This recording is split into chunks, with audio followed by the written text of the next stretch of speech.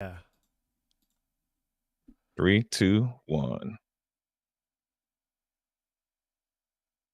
Look at that. 60 FPS, like it always should have been. So I have two cats, Vladis, and they like to sleep in the office with me. Mhm. And they collected dust bunnies, and the dust bunny caught the bottom of the PC. And Oh my god. and so my computer, like 45 minutes in, just crashed on me, and I was like, "What the heck's going on?" Like it's a new computer, God. like everything's okay. And I look underneath on the vent, and it's just big ass dust bunny right on the bottom. And I cleaned that off, and like everything was fine, but yeah, just Okay. like one piece got caught on there, and so it's pretty funny. Damn, man.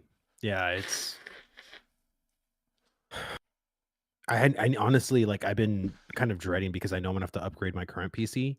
Yeah, And I have two PCs already, but I'm gonna basically my lesser than I'm just going to put the parts I have in the one computer that I am using for everything right now and put it in my other computer case, and then I'm gonna put new parts in my this case that I'm currently using. So, but dude, just trying to get everything, like, now that the 4080 Super is coming out for $1,000, like, I want to try to get that. But man, it's like the computer with the processor, graphics card, the RAM, like, everything's gonna cost like almost $2,500. wow. And I already have a case. I already have a case, and I don't know. But I feel like it's worth it because, I'm on the computer all the time, and this is literally going to be like probably the best setup I've ever done. So it's just, God, I don't have $2,500 right now, which is why I'm waiting. Have you done I don't know what you're using it for or not, but have you done the two PC streaming setup since you have two PCs? I have not. Okay. Because I might do it once I upgrade, because my less than PC I only use for like for my audio singing. Sure. That's it. I don't use it for anything else because it's very slow. Yep. So once I get my current setup in the old PC case, and then I get all new computer parts, I might do a dual streaming setup. I've never done it before, but All I mean, right. we'll see. Okay. Yeah, so before I got this PC, I had a much older PC to where I could play a game or I could stream. I couldn't play a game and stream. Like everything, it was just way too much. It would crash on me. And I was looking at things online. I was like, "Wow, do I have to upgrade? Do I have to upgrade?" And I found I could send you a link to this if you want. But basically, you can, with OBS, you can do the two PC streaming setup to where one PC is specifically set up for streaming, and it basically catches everything on your main computer. And so that way, if you're taxed in that way, with your RAM, with your memory or your CPU or whatever, you're splitting the duty among All two right. PCs, and it works out pretty well. So at least in the short term, before you invest a ton of money. Welcome on in. Nah, there was nothing important going on, Crux. It was just nothing going on. All right, music is done. Welcome to episode 29 of the Voices of Verra with myself, Nice Gaming. Is there no one else? And a special guest, Vladis. And of course, you, the Voices of Verra. It's gonna be a fun one. We got a lot of hot topics, a lot of debates, a lot of stuff from the previous office hours, and yeah, it's gonna be we got some things. We got some things to talk about. First off, let's introduce I probably don't even gotta introduce you guys to Vladis, but let's do so to be polite. Vladis is an awesome Ashes of Creation streamer and content creator on YouTube and Twitch as well. And he also has the 1v1 podcast, which myself and Is There No One Else have been a guest on, as well as many other awesome people in the Ashes of Creation community. I'll let him go ahead and introduce himself, even though I kind of took most of the things to say. Apologies. Yeah. I had to put my boy up there first. You take the rest. You take the rest. Hey, I appreciate the awesome introduction, and it's always awesome to be on the Voices of Verra. If anything, I always love to hear you and Is There No One Else's opinion. I was on yesterday or the day before when y'all were talking, and I was screaming at the top of my lungs like every single time, because I just enjoy the conversation that happens on this podcast. And I love what you guys do. So thank you so much for the awesome intro. But you guys know me. I'm Vladis. I'm the short guy in the Ashes community. Oh, nobody can tell you're Also- short unless you tell us. So Yeah, it's true. Being 4'7" has its advantages. just in be that like, way. I'm 6'5", no boot. Awesome. Welcome on in, everybody. Welcome on in. Yeah, bonus episode and Vladis. We're spoiling you guys. Double D, how I you know, doing? Jeez. There's a lot to talk about, though. I mean, Joe don't you agree, Rogan. Nice? There's been a lot going on lately. Yes. You know what? Where do you guys want to start? Like, what do you want to get into? I know you just said that there was a lot of stuff during the last episode, which, by the way, chat, this is a bonus episode, especially if you're watching inside a later date. This is a bonus episode. We had an episode on our normal day, Tuesday. Today is Thursday. We're doing another episode. Vladis was here on the previous episode, and he's got some opinions of some things that he wants to discuss, and let's rehash some topics. Let's see what we got going on. I'll let you take the lead here, Vladis. Well, so I was a part of the Ranger office hours, and just hearing people's opinions about weapon choices. Should the bow be married to the Ranger? Why haven't we seen more melee abilities on the Ranger? I just feel like this is kind of a slippery slope, in my opinion. I don't. So are we basically then saying that the mage is married to spells? Like, if I want to be a mage, but I want to be a melee mage, why haven't I seen any melee abilities on the mage? Oh, Like, why haven't I seen any? Like, as someone who wants to play the mage, but I want to play melee, like, it's very concerning to me. Like, as someone that I see the tank class, like, why am I not seeing heals? Like, in its toolkit, I want to be a healer tank. It's a slippery slope. Like, and all I'm saying is that that's where basic attacks, like, if you want not the flavor, but if you want to use a bow as a fighter, that's where your basic attacks come in. But the bulk of what makes you, the essence of what makes you a fighter, is the kit that Intrepid is putting on as to being a melee oriented kit.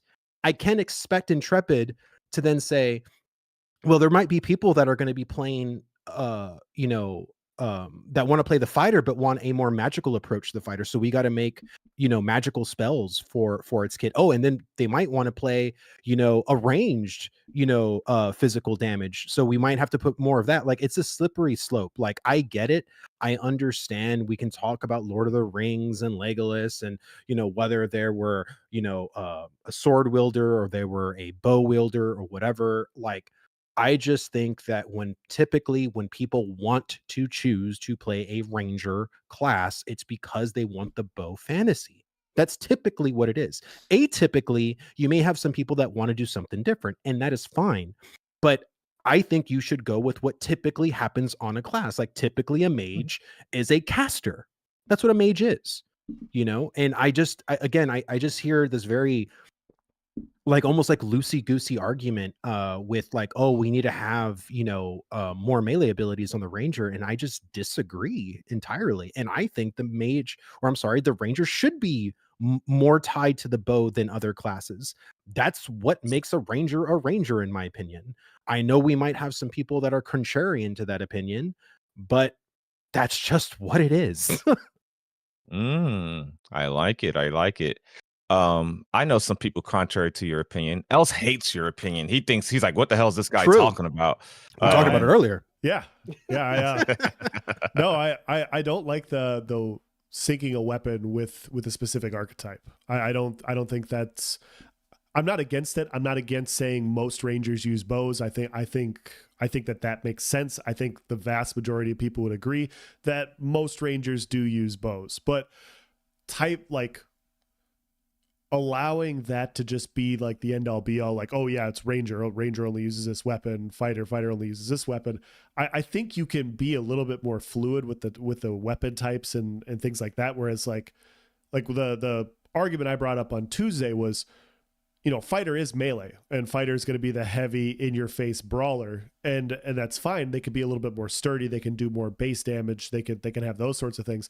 A Ranger is more of just like a mobile class, and so they can whether it's utilizing light or medium, whatever it is, a lighter armor mitigation, and their survival is based off of how they kite and move around. I think that's also emblematic of what a ranger can be. And so I don't want to put my foot down too much and be like, oh no, I don't like this. It's, for me, it's like, okay, let's get an alpha 2. Let's see what it looks like. Let's see how everything plays out. But I don't know. I look, all I'm saying is that if you choose to play, so here's what I don't want. And this is what Steven's already confirmed. If you don't have a shield equipped on your tank, like if you're the tank class, you can't use shield bash. Shield bash won't work because that ability is married to the shield. So as a ranger, if you're choosing to play like a polearm with let's say a two-handed sword, then there's probably going to be a lot of abilities that you won't be able to use as a ranger. And again, it may not be the optimal choice, but you're choosing to play an atypical way on the ranger. So the thing that really concerns me is that people want stuff balanced. Guys, newsflash, any MMO you've ever played at a competitive level has never, I repeat, never been balanced at a class level. And the reason why I think the reason why that's happened, a lot of MMOs try to balance at the individual level, at a 1v1 level. And so Ashes is trying to do the group balanced approach, where people, like if you get all 8 archetypes versus another 8 archetypes, that's where the balance kind of happens. So if that's the case, then in a 1v1 setting, there will be one stronger than the other. So at a 1v1 level in Ashes of Creation, it will be completely unbalanced, because it's not meant to be balanced at that level. It is only meant to be balanced at the group level. Just wanted to make that as a mention. Yeah, awesome. Go ahead. Here, we discussed this. Obviously, we discussed this Wednesday, but I'm not. I'll tell you what. It's funny. It's kind of funny just to kind of rehash this chat. And by the way, welcome on in, everybody. I see all you guys' messages. Yo. So I was more so of the mindset that Else is on, and I don't think Else is way in one direction or whatever. I was more so in the direction that he is in currently, where you should have that class flexibility, like the ranger shouldn't be tied to a bow or specific weapons, and it seems that's what Intrepid is wanting. Like the example, and I brought the example like Vladis brought up with the shield, and the tank showcase. They said they're using GM hacks, they wouldn't be able to use this shield charge or whatever it was without that shield equipped. And to even further double down on that, when Steven was talking about it, he was like, so if I didn't have the shield, I wouldn't be able to equip it. And the combat designer was like, yeah, it wouldn't really make sense. And so I think we'll see that same logic apply with the ranger. And we delved deeper into it, and we discovered that, hey, you have a ranged weapon slot. You have a whole weapon slot dedicated to ranged DPS. And to me, like, it doesn't make sense for a ranger to not need to use a bow. Like, I feel like pretty much it should. Some of those skills are okay to need a bow, because then it makes sense. Because you have a whole slot dedicated to it, and like Vlad said, you can use the pole arm. On the other hand, you can have that flexibility. I think more so where the debate is going to end up going is, should that many of the class skills require a bow?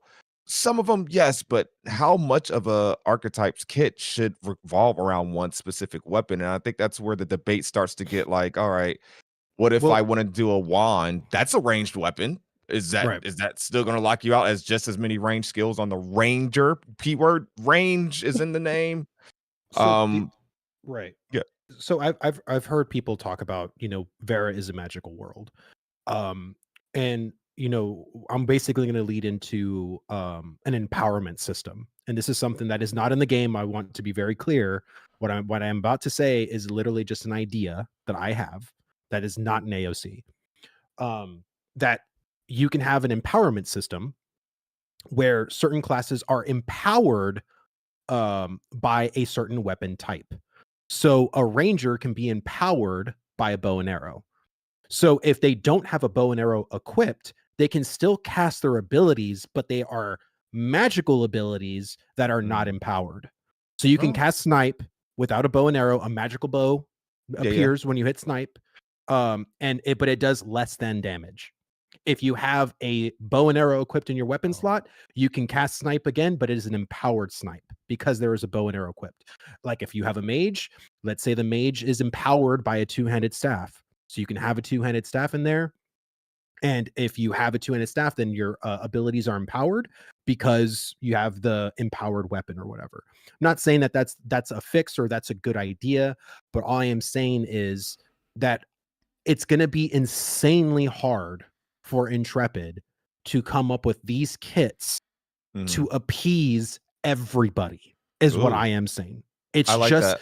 It's just going to be too hard. And again, I don't care. I mean, I don't mind if Intrepid makes the Ranger more ranged, physical based, because if I wanted to play that, that's what I would play. That's why you choose a class. Like this isn't a classless system.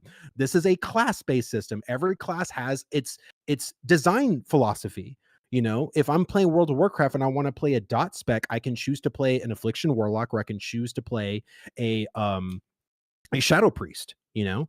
That's because that's the kit that they have. I can't say, well, I want to play a Shadow Priest, but I don't want to play dots. I want to do something completely different. It's like, well, no, that's the fantasy, and that's what the devs have designed that particular spec to play as. And I think as Intrepid, if they want to make the Ranger be more of the ranged physical abilities for their kit, they should be allowed to do so. And if you don't like that, then play a fighter. If you want to play, and again, as a fighter, you can have a lot of melee abilities and still play a bow.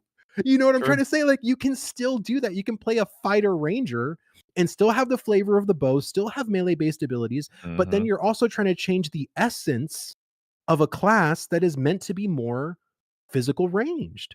Well, You know, again, it's the same thing of playing a mage, like, and you're trying to get out of that scope of being, well, I don't want to play a caster as a mage. I want to be a physical. And it's like, again, and this is why I don't like the 64 class system in Ashes, to be totally honest with you. Because wait. Let's wait there. Because that's gonna be a whole other subject. I know. But else, before I let you get in here, I just want to say first, Vladis, I love that idea that you can cast something, but if you have the proper weapon, that it enhances that. I love that. I feel like I played a game with that kind of system or that kind of logic approach, and I think it's genius if they were able to implement that. I see a lot of chatter in chat. We'll get to those before we move on to the next subject, but I see a lot of opinions in there, which I really like to see. Else, let's let you get in here before we go back. Sure, yeah. So my perspective is the Ranger isn't a class, it's an archetype. And the archetype can be paired with one of the 8 other archetypes. And so you can have Ranger Tank, Ranger Mage, Ranger whatever. And you look at Mage, there's Battle Mage, there is the traditional ranged caster Mage. And so when you're looking at a 64 class system, if you're trying to have a bunch of different classes that play a bunch of different types, you need to be flexible with what all these classes can do. Now, I want to be clear, like I don't fully disagree with Vladis with what he's saying. I do think the Ranger is more of a ranged kit in general, but I really dislike the idea of tying a class's identity to a weapon. I like the idea of having the class identity stand alone on itself, but be augmented or empowered by a weapon. And so when ESO was at its best a while back, one of the best power class fantasy classes was Magic of Dragonite, because everything was flame based. Like, you were just basically a juggernaut on the battlefield. You were tanky. You could dish out dot damage. You had a powerful flame whip. It was a very fun class to play, but you could run double sword and shield. You could run an Inferno staff if you wanted to. You could run dual wield. All these came with different bonuses that you could run specifically. And so from my perspective is, if we're going to have all these different types of classes, if we're going to have 64 classes and we're going to have Ranger mixed with Rogue and Ranger mixed with Mage and Ranger mixed with all these other things, I think you need more standalone value, because the minute you start doing like Ranger Mage, how are you going to mix a bow? Okay, so the Ranger is a bow, but the Mage is a staff. so you run bow staff, or are we running one weapon? Like what do we do here? And so that's where it gets confusing. And that's where, like, personally, I would look at it and I would go, okay, we have ranger. How do we envision the ranger? Like, take the weapons out of it. What are they? They're fast. They have high endurance, maybe stamina regeneration. They're mobile. They're kitey. We can have this lined into their kit. And then we can say, it also buffs weapons, ranged physical weapons by 10% or 15% or whatever. That way you're still saying, hey, this is still better with the bow. You're still better off running this with the bow. It's more powerful with the bow, but it's not the end all be all for the class. In the same way that if we talked about with the mage, if you wanted to go mage tank, are you going to be using a staff on that? Or, so that's where I'm coming from on it. I'd like to see the 64 classes stand out.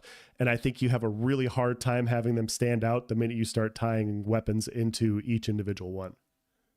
So else, I honestly feel like what Intrepid is going to do is exactly what you're saying. And again, this has always been my worry, because you take the 64 class system, you take 4 schools of spells, right? Because every class has 4 spells or 4 schools. It's almost like to 9,000 like abilities if they do 31 through 40. If they do, because Steven made a mention one time of like each class is going to have anywhere between 31 to 40 abilities. So you times that by 4, you times that by the 64. Like it's so for me, I feel like they could accomplish it. It's going to be an utter nightmare for Intrepid to literally think of, because I know that, and he also did say that there was going to be augments that will make a castable thing into a melee, or a melee into a ranged, like depending on what school of augment you do. So, but for me, I find that extremely hard to believe without seeing it. Have I been wrong before with other systems? Absolutely. But again, I feel like I think you are right. I think I'm probably more doomer on this, because if Intrepid pulls this off, holy shit. Yeah. Like the amount of customizability, and this will be more custom, the most customization I have seen in an MMORPG ever for a class to have. It's if they can pull it off. And that's the thing, right? It's gonna be literally like pulling a rabbit out of a hat, like literally. So I'm low key with you, man. It's hard to picture the augment system being what they promise. Yes, exactly. Someone, Viral just said they're going to do shortcuts with augments. Absolutely. I think you're going to see some very transformative ones, like Vladis just mentioned, like making a melee ability ranged and stuff like that. But for some reason, it just seems like a really huge task to accomplish. Just to kind of tie in quote current events, ESO had their grand reveal for their 10-year anniversary today, and the thing that they revealed was skill crafting, where you customize skills. It was this scribing, this big feature. When they got down to actually breaking down it was not what people were expecting. Long story short, we're thinking we're going to be able to transform and augment all these abilities, like make this hammer swing shock damage. And no, it was like literally one skill per skill line you're able to like change. And so when you look at the grand scope of what that means, like you guys were saying, like 8,000 abilities or something like that, it's like, can that really happen? Like it's crazy to imagine. And we all want to be wrong, right? It's a win-win. Like you're either right or you get this amazing thing. So yeah, I'm with that. How would you feel, how would you feel about, okay, so the cleric, we didn't see the whole kit, right? We didn't see the whole cleric kit. We didn't see none of the dev stuff or the DPS stuff. What if the ranger, everything we showed here, or everything that was shown with the ranged weapon showcase, this was, I want to say like all of it, right? All of, well, besides, disengage and stuff like that, was tied to a bow. What if there's so much more of the class kit that let the ranger be effective without a bow, even though a majority of it's going to be tied to bow? But like, what if the ranger has some ability we haven't seen just because it couldn't fit on the skill bar, like throwing daggers, rapidly throw 3 daggers that snare the opponent or inflict a bleed? You could have, and we saw some things like trap, right? That wasn't tied to a bow, but if they could perhaps add more let us see more mobility Sure. active skills, more just non-bow related skills, maybe that'll help the debate that apparently was going on in office hours. But that's just like I'm gonna say my final consensus on this subject is like I'm a little on the fence, but at the same time, I feel like the ranger should have a bow if that's gonna be your class. If it's your secondary class choice, like if you're fighter ranger or if you're mage ranger, then maybe things you start wanting to like switch it up, or maybe you want to have make sure that there's some. Long story short, there should be a lot of abilities in the ranger's toolkit that doesn't require a bow, but should most of them require a bow? I'm gonna say yes. But I will also be with the thing that Vladis was pitching from Guild Wars 1. I think he said where, like you can cast anything without the weapon, but the weapon makes it more effective. Yeah. So you said a lot there. So I'm going to bounce around a little bit. I'm going to try. I think I do agree with you. We haven't seen the entire Ranger. That's why it's like a wait and see perspective. And we can make the same comment about the Cleric too. If we go back and look at the Cleric, they only showed healing abilities. They said we can have a damage dealing Cleric, but they showed us 0 damage dealing Cleric abilities. And so what is that going to entail? Is it going to be a caster? Is it going to be like what's going to entail with that? And so I'm not sure. It's interesting because I've had this discussion with the augments system with Vladis on his podcast. Great podcast, by the way, guys. I'm gonna plug it for Vladis here too. You guys should definitely go check it out. But we had a very long discussion about the augment system. Nice and I have talked about the augment system multiple times, and the more I think about it, the more I've thought about it, the more I've thought like, okay, how can you have the augment system be transformative to where 64 classes? Well, the thing that comes to my mind is you have the archetypes stand on their own, and they stand on their own with their own special, unique buffs and abilities without weapons. That way they can transform with other things. And so if the ranger is fast and mobile and kitey and agile, you can then combine that with a cleric who has bonuses to healing, bonuses to, let's say, poison mitigation, bonuses to like he has cleansing abilities, and you could kind of combine classes that way. And you could say, okay, we're going to have augments of this with this archetype, and then that's how you can have a specified class. And so I'm not saying it's perfect. I'm obviously not a dev. I'm not claiming to be a dev or anything like that, but I think it gets a lot harder when you start tying archetypes and classes specifically to weapons. I think that's when it gets harder. And I think I do agree that the ranger, the first thing you think of when you think rangers, you think bow.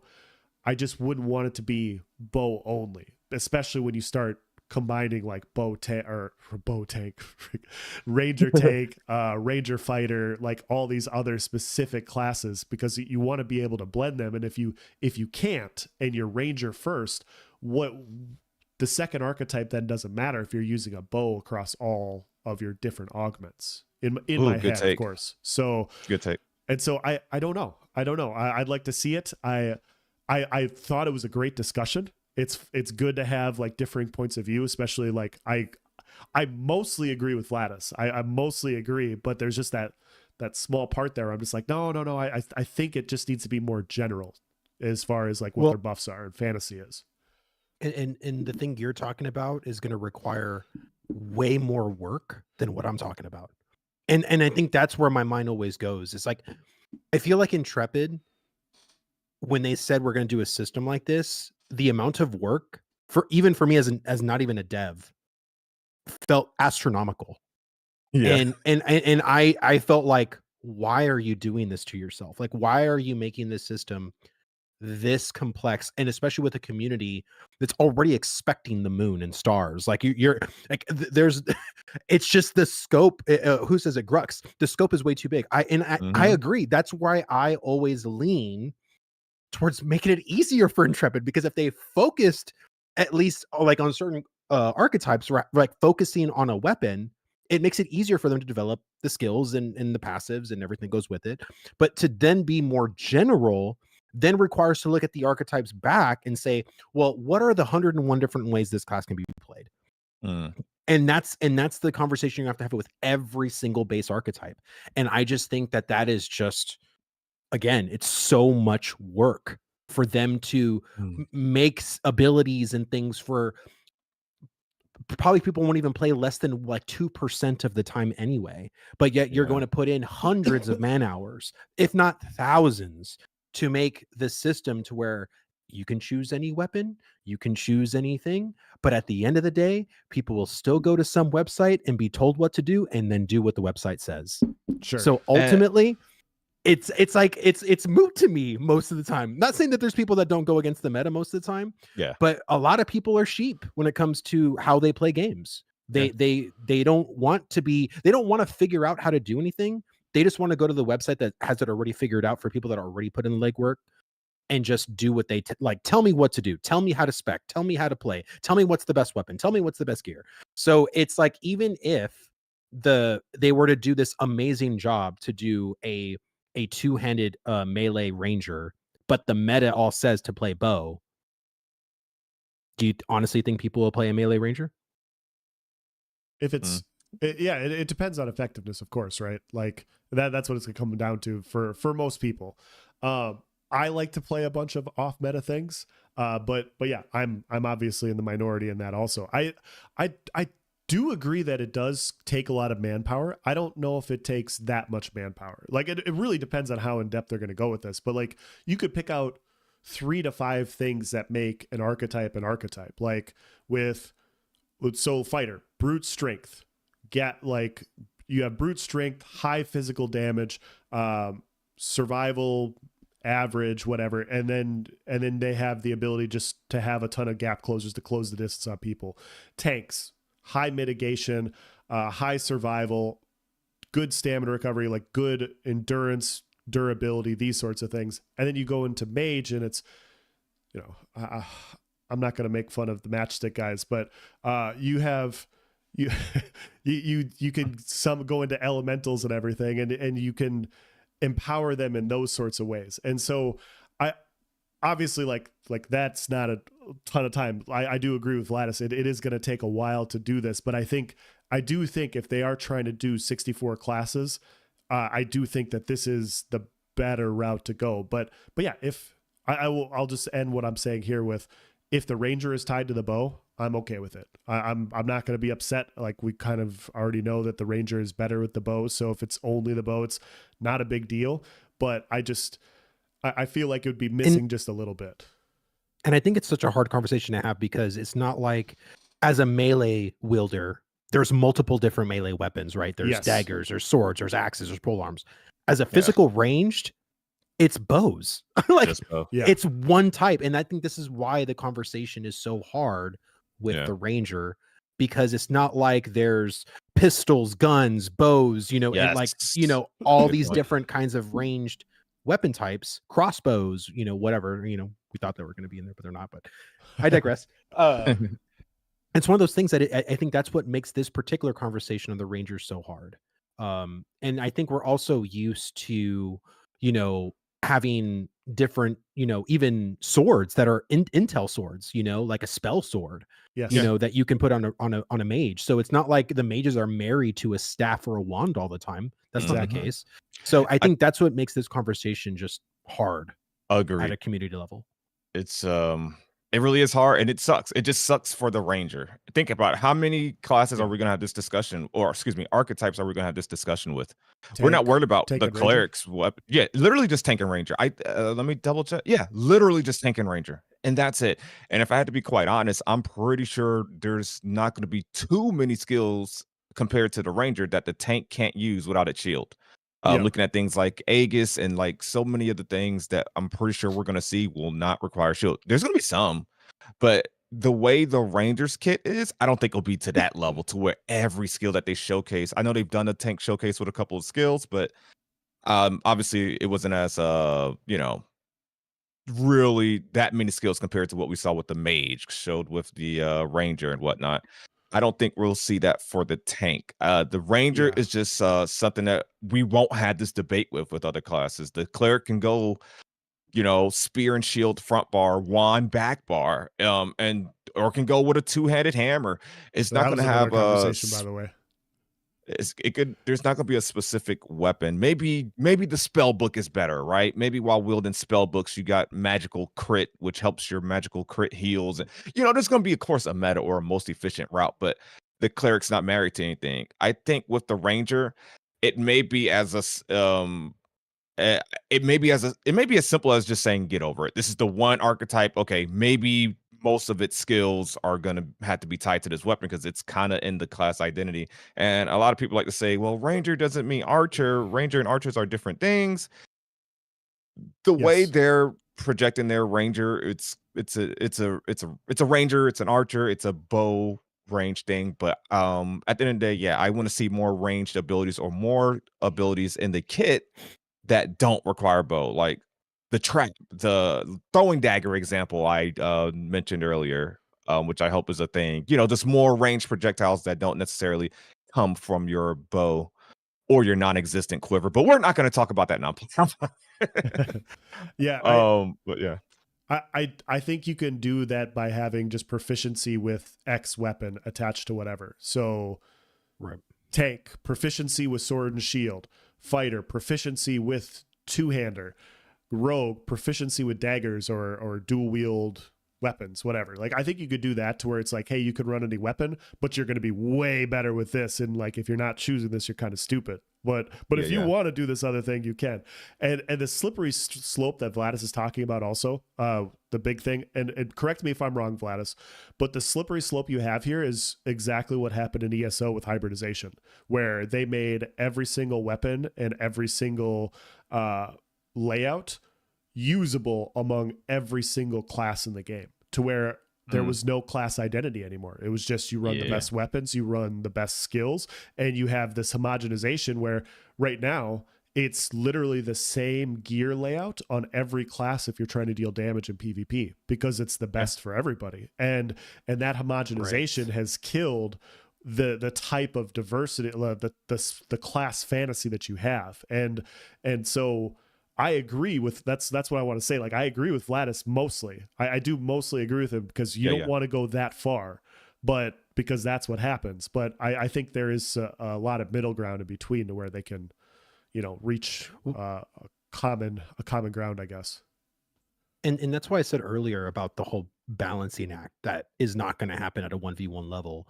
The reason why there will be certain classes that'll be clear advantages over others is because I hope, and this is not something we know yet, that there will be either certain cooldowns or utility that just counters a class that the other class can't counter. Yeah. There's no way for them to get around it. That's what a rock, paper, scissors approach is. Yeah. I don't know of a world where I played rock, paper, scissors and paper beat scissors. I don't know what world that is.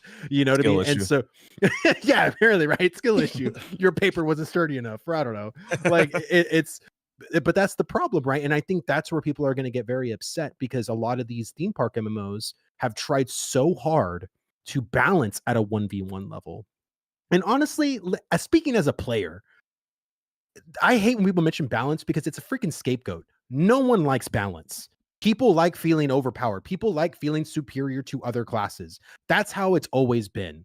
And especially now with how meta-driven everybody is, you go start classic WoW, you're going to think to yourself, oh, well, what classes are doing really well? Warriors? I'll play a warrior. I want to feel powerful. Like, who wants to feel underpowered? But yet there are people who do. I've seen many people play Boomkin. I've seen many people play Ret Paladin in Classic WoW because they love that class fantasy and they don't mind feeling underpowered because they prefer the class fantasy.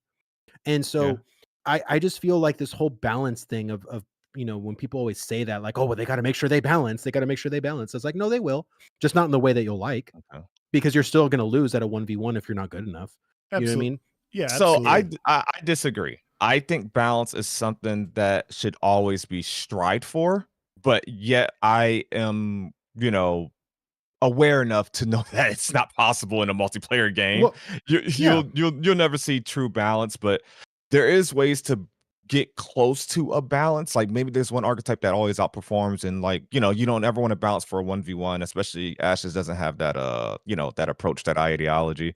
But there's sometimes I hate I don't want to go off on an ESO tangent, but I hate when metas get stale and one thing is just clear cut better, but it's just far better to the point where it's just so much more efficient than your other options. And So there's ways of bringing things down, or you either lower the ceiling, raise the floor to kind of meet in between. Like, okay, this is just always going to be strong just because simply what it is. But there's the ways to still try to approach balance and listen to feedback to a certain extent. Yeah, I agree with that. the advantage that Ashes of Creation has in this department is if they are stingy with changing, which Steven's already talked about. Switching your secondary archetype is going to be challenging to do, Yeah. or a time commitment. Whether it's challenging or time, it's going to be something you're not just going to do on the fly. The other thing about it too is that your skills, your abilities, I feel like he said it's going to be way more flexible for you to be able to change, but you're not going to be able to change it like in mid combat. You're not gonna be able to change it like out in the open world. So if you are out in the open world and your PvP, you know, um, build, and you come across a world boss, well, shit, I'm not going to do as much damage as I could if I was on my PvE build. Same thing were to happen if you were going to go do that world boss and you're in your PvE build, and then a whole battleground basically happens surrounding you and your group, and you're not in your PvP build. You know what I mean? Yeah. Like, again, this is where not only because you're locked when you're out in the open world of what you are, you're also not knowing when a certain thing is going to happen, right? If you're going to be doing PvP or if you're going to do PvE. And so if you are a hardcore PvPer, then you're always going to be in PvP gear. You're going to be in PvP abilities, because it doesn't matter that there's PvE stuff. You don't mind being underpowered in that arena. You're going to just, if PvP ever happens, I want to make sure that I am at the best at PvP. And for people that want to try to straddle the fence and be a mixture of a PvP, PvE, then those people will tend to suffer. And especially they will suffer more if they are, let's say, the paper to your scissors, right? Yeah. So that's where, again, the balance is going to be really hard for Intrepid to kind of nail. But that's why I don't mind it, because again, there's going to be ways where people will have the clear advantage because I'm in my PvP spec, you are doing PvE, and I see that you're in your PvE spec. I already have an advantage. You know what I mean? So that's where people are going to get very frustrated. And I guarantee you during the alpha 2, or even maybe during the live game, where people are going to be like, hey, I need to be able to change my abilities like at a graveyard, or I need to be able to change my abilities like when I'm out, in the open world, because if I'm trying to do a world boss and I see this whole battleground happening, I need to be able to switch to my PvP. Stick to one.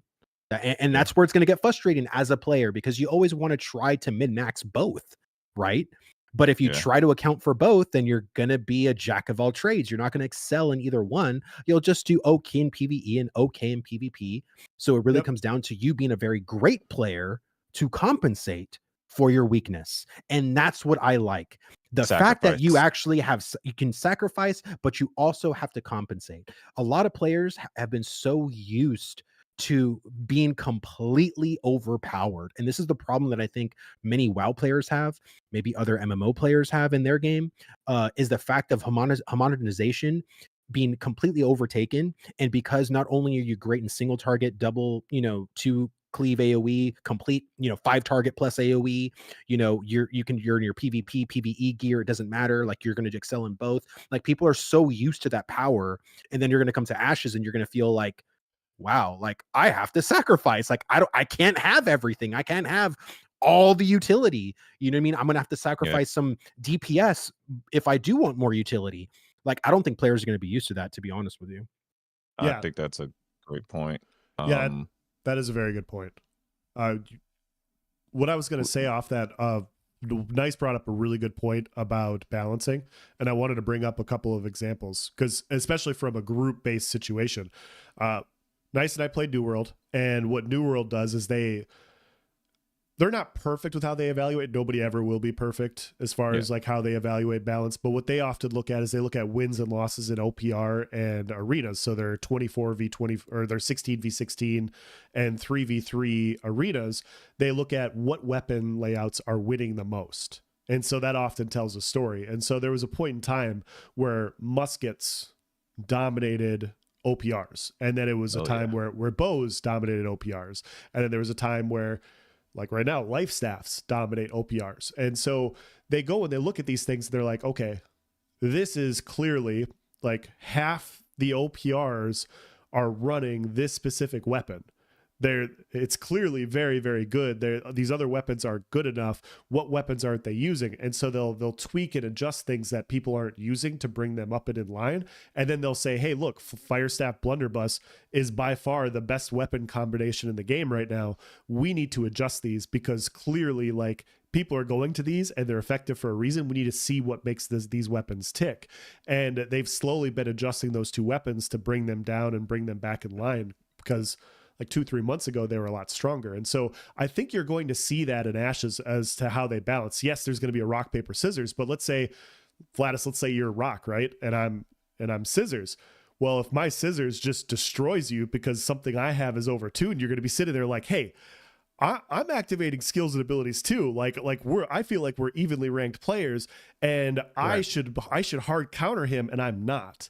This potentially is an issue, and you could look at that Yeah, and you could look at it in a group situation. If everybody's running mages in their big castle sieges, there's probably a reason for it, right? Like if you have mages, if it's like 300 v 300 and you have 200 mages on each side, that's telling you a story about where that class is relative to the other ones. And so I think that's how they're going to go about adjusting it. And I completely agree with you. I can't stand it when something is good and people bitch about it because they die to it. That'll bug me to no end. Stuff is supposed to kill you in PvP games, guys. Like, you're supposed to die to stuff, okay? Everybody should be invincible. What are you talking about? Like, everybody should never die. It's so frustrating. Like, I'll have like they'll have weapons, and it doesn't matter what game it is, whatever. Like, they'll have something and it feels like it's in a good spot. It's powerful. It's supposed to be powerful. Is fun, but you tread that line between, okay, is it too powerful or not? And so oftentimes it's like, I don't want to err on the side of making something unfun to play and use, because then the game's not fun. And so if something doesn't have a strength and it doesn't have a power capability, why run it? Like, why would you even play that class? And so, or weapon or whatever. And so I hope that's how they go about adjusting it. That's actually one of the big, in a hypothetical scenario where we get an interview with Intrepid, like how they balance in combat is something that I want to talk to them a lot about, because I'm very curious how they're going to go about doing it. I think here, let me get in here because we haven't caught up with chat this whole stream. So chat's in here? By the way, we got chat. Yeah, they're talking so much. Sheesh, can we get a word in? But I've been and I hope you guys like the new back layout. Helps me. I think it helps make the words more visible. Still needs a little bit work, but anyway, I think it's better to have it stay on screen. I used to have it like disappear after 10 seconds. I think I like this format better. But anyways, I saw a lot of you guys' feedback when we were discussing the Ranger archetype, tie into the bow, tie in weapons to archetypes, etc., etc. A lot of good stuff there. One that I specifically wanted to pull out is from Ashes of Relation. He said they have something similar to that already with the weapon skill tree. The short bow skill tree gives buffs to certain Ranger abilities. That is true. So what you're saying is like the bow has some things that's tied to the archetype. Is that the main argument? And then he says, I think weapon skill trees have significant effects on what you guys talking about. So I wonder what he means exactly by that. And someone also earlier said something about have weapon skills and have your archetype skills not tied to your archetype can use those skills. I don't think that's even a thing we can want at this point. That's just throwing their whole game design out the way. That's just not going to happen. Guild Wars 2 has a system where I think your 5 skills on the left side of your skill bar are weapon abilities. They're tied to your weapon and what your class get while you wielding that weapon. And then the other 5 abilities are class abilities. And of course, your ultimate or whatever is tied to that as well. But yeah, you can send me some screenshots. Yeah, send me some screenshots. We might be able to pull them up here during stream. But I'd like to stay on this tangent. This is a really fun subject matter. I would like and else if you want to choose which one you want us to pull up first, I would like to move on to the more discussions from the Ranger Showcase to kind of see what the rest of the community is thinking about, because you guys else you had pulled some screenshots, Yes. and I know Vladis, you were in the office hours as well, but else had pulled some screenshots, and I'll try to get those visible for you guys here shortly. And if relation, if you want to send me some things that we can pull up, that'd be good too. Let's see. So the ones from Lineker, and Lineker, and it wasn't just Lineker, like people were posting, people were thumbs upping and everything, but it was weapon swapping. Please do not allow weapon swap mid combat. Oh no. And I'm not here to have a fight with people that really, really want weapon swapping or do not want weapon swapping. I just didn't know that this was such a big thing that it felt the need to be brought up in the Ranger discussion. And so I wanted to ask the podcast, is this a big deal for you, being able to weapon swap or not? Should you only have one weapon, or should you have the ability to weapon swap to two different weapons? Like ESO does this, New World does this. Quite a few games do weapon swapping, and I guess, some people play games that don't. And so is this important? Yes or no? Holy crap. I know you were trying to be polite, but I need you to like speak your mind, because there's no way that's how passionate you are about this. Not allowing weapon swap mid combat, please. Are you serious? What? What? Unless he's talking about in relation.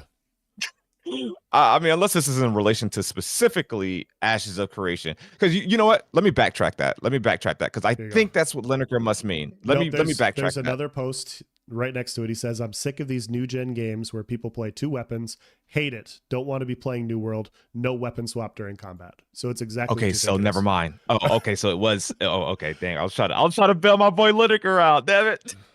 Hold on. Let me bring up that. It's okay to disagree. I was just looking at this. I was like, I can't believe. Like, this is like, we're talking about Ranger and people are excited about no weapon swap. So I see it. I'm sick of these new gen games where people want to play two weapons, hate it, don't want to be playing New World. What is up with that? I was watching another content creator review a game and talking about like, oh, I hate weapon swapping. Like, what is hard about pressing a key to swap your weapons? Don't get me wrong. I see people's arguments that I see the argument why people who play those games, like Throne of Liberty was one of those games, and where you could like, it'll automatically pull out the weapon for that skill, which is something that Ashes was kind of has something like that in place. But why is bar swapping such a I don't know, problematic thing? The only thing I can think of, if people don't like weapon swapping, then Intrepid would just need to get rid of the optional weapon. So you just equip one weapon, and that's what it'll be. Me personally, because there's multiple bars to worry about, like let's say if I, on my number one, I have a ranged ability, like if I am playing a Ranger, and it's snipe, you know what I mean? Then I hit number one, then it does snipe. But if number two is like, Mongoose Bite, it's a World of Warcraft ability, but it's a melee ability. And if I'm in melee, then if I hit two, then it swaps to my two-handed axe or it swaps to my polearm. I don't have to hit a button to swap to my melee ability or to my melee weapon. It just does it when I hit the key that is a melee-based ability. And then when I hit number three, which is like multi-shot, then it goes back to casting the ranged ability. Like, I don't have a problem with that personally. I think that's the beauty of making your kit or making like what you choose for abilities interesting, because you have more than one weapon to account for. Yes. I personally don't mind that. I think it'd be very weird to have a system that locks you in combat with this weapon, even though you have another weapon equipped. Like, I find that really hard to believe. And if that's the case, and you have melee based abilities, are they just grayed out because you didn't equip like on your person, even though you technically do? Like, because the system allows you to put in two weapons, like how does that work per se? So in my mind, like I don't particularly agree with Lineker. However, again, I haven't really played New World that much. I've never played ESO. If I have to hit a hotkey every single time to swap and then my whole bars change, I personally wouldn't like that. I want my bars to stay the same of how I want them and have both of my weapon abilities on my bars and they just stay the same. And then whatever button I push brings out the weapon. That's how I would personally want it. There it is. That last part of your statement that explains it. And so here's what I think is happening with this. Before you get in here, else, and go ahead. maybe this will be something. Maybe this will be something for you to piggyback off on or learn or whatever the case may be. But what it is most tab target games operate in the way that Vladis described. Your whole skill bar is always active and you don't bar swap. And so I think most traditional MMO players, like especially if you've been on an MMO scene for a while, depending on your age, depending on how many games you've played, that is a normal thing to expect. That's a normal combat thing. New World and ESO, the games that we happen to main, just happens to be the outlier. Guild Wars 2 has a bar swap. I play that one as well. And it's funny enough, I can't stand it in Guild Wars 2 because there's actually a cooldown on bar swap, which is the most annoying, non-flowing combat mechanic. Like, it just feels so clunky. I don't get it. But anyways, there's a 5-second bar swap cooldown, and I can't stand it. But anyways, but most like games, they operate in that sense. So I think what's going to be happening here is most people are just used to that. I think that's just it's just what you're used to. But yeah, what do you think as far as Lineker's comments about well, first about the bar swap thing, but also afterwards the if I don't know why anyone would want to play Ranger if you want to play melee. Oh yeah, I felt like we might have covered that one already. So I wasn't true. Oh yeah, you're right. That's true. Yeah. That's true. Yeah. So for me, I've played games with no weapon swap. Like I've played games where you don't weapon swap, you just take whatever you have in and like that's what you have on your bar. Vladis, ESO and New World, they have 5 skills on each bar. So when you weapon swap, so when you weapon swap to your back bar, that one will pop to the top of the screen and it'll show you like you'll have your abilities there. When you weapon swap to your other weapon, it will then show your other 5 abilities, and then you'll have an ultimate that you can put on each bar. And so it's not a big deal. It's just like one comes to the top, and like when you've played for a little bit, you're only using 5 skills, and so it's not hard to it's not hard to keep track. Yeah, right. And New World is 3, so it's not hard to keep. We're Unga Bunga in New World, so it doesn't matter matter too much for us. And so that was the perspective I was coming from. I was like, why wouldn't you want to have 2 weapons? Why wouldn't you want to have the capability like if Sword and Shield has the ability to provide a ground stomp and it fortifies your allies, why wouldn't you want to have the versatility of running 2 different weapons? Like Ashes of Creation is supposed to have a ton of weapons in this game, and you're saying you only want to run 1? Like that's where I was coming from. I was like, okay, I could see it, but you only want to run 1 weapon when you're gonna have you're gonna have like wands, you're gonna have crossbows, you're gonna have short bows. They're separating short and long bows, guys. Like this is how deep they're going into weapons, and you're gonna say you only want to run 1 weapon? Come on. Like, and that's where I was like, give me the ability to use multiple weapons and like really take advantage of what they're pouring into the combat weapon wise. But yeah, like I could, and I'm glad I brought it up because I didn't know that. Yeah, like in most games, like it's just your bar is your bar, and people don't like the entire weapon swapping aspect. And nice, the cooldown on Guild Wars 2 for weapon swap. That's one of the dumbest things I've ever heard. Oh yeah, it sounds as bad as you think. Like you can already imagine, right? You don't need to play for you to form your opinion on it. But yeah, like there's even a class. I remember when me and Zilla played. He had a class. Was that the Warrior? I forgot what it was called. Anyways, he had a class that one of the class passives or abilities was that their cooldown was a little bit shorter, and that was such a cool thing. It was such a good and beneficial thing, especially in PvP. But yeah, man, like there's a bar swap cooldown. I'd rather have like 20 active abilities and like more of a traditional setting, like Dawn of Liberty, or I think Arcade. I can't remember, where your stuff is just out. than to have a cooldown. I don't know. That's the most clunky thing about their combat. You get used to it. You start, and I'm probably about to veer off subject, but you start doing that that thing where you just spam each of your abilities and then you go back to the other bar. And it's just not really, I don't know. It don't flow as well. Yep, that makes sense. I was just going to ask both of you guys. So the way I described it of like, because the reason why I think this way is because if we're going to have 30 to 40 abilities, for the bar to constantly be swapping is going to be kind of crazy. But if everything is like stagnant and it kind of set up in one way, would you guys as ESO players or New World players as well be okay with having multiple weapon abilities on the same bar that doesn't change? And as long as you push the appropriate ability, that's going to take off or execute the weapon. Me personally, yes. That's how Ashes has it, right? Yes, that's You how. I automatically mean, that's how. Yeah, yeah. I'm okay with it. I played games like that. Most recent be when I was testing TNL, and it's definitely interesting, and I see why people like it. And for me, it's just the whole mind-boggling thing on why people think bar swapping. For some people, and this is not everyone's argument that doesn't like bar right. swapping.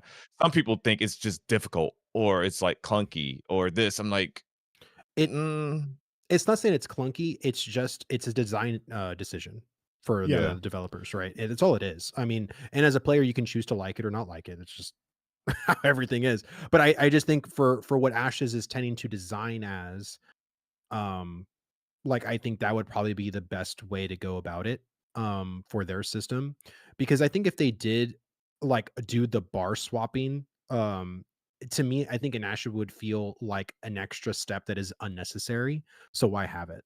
You know, in Yeah. other games it's more of a tactical thing. It's more Yeah. it's just Sure. there's a PvP component to it, but again it has to lend itself to the game that it's being played in. And so like to say, oh, well, it's good in this game, it should be this way in every game. It's like, well, no, not really, because there's just some games that have different design decisions when it comes to combat. And so I think with Ashes, like again, I am all for customization. That's what I love about MMOs is customization.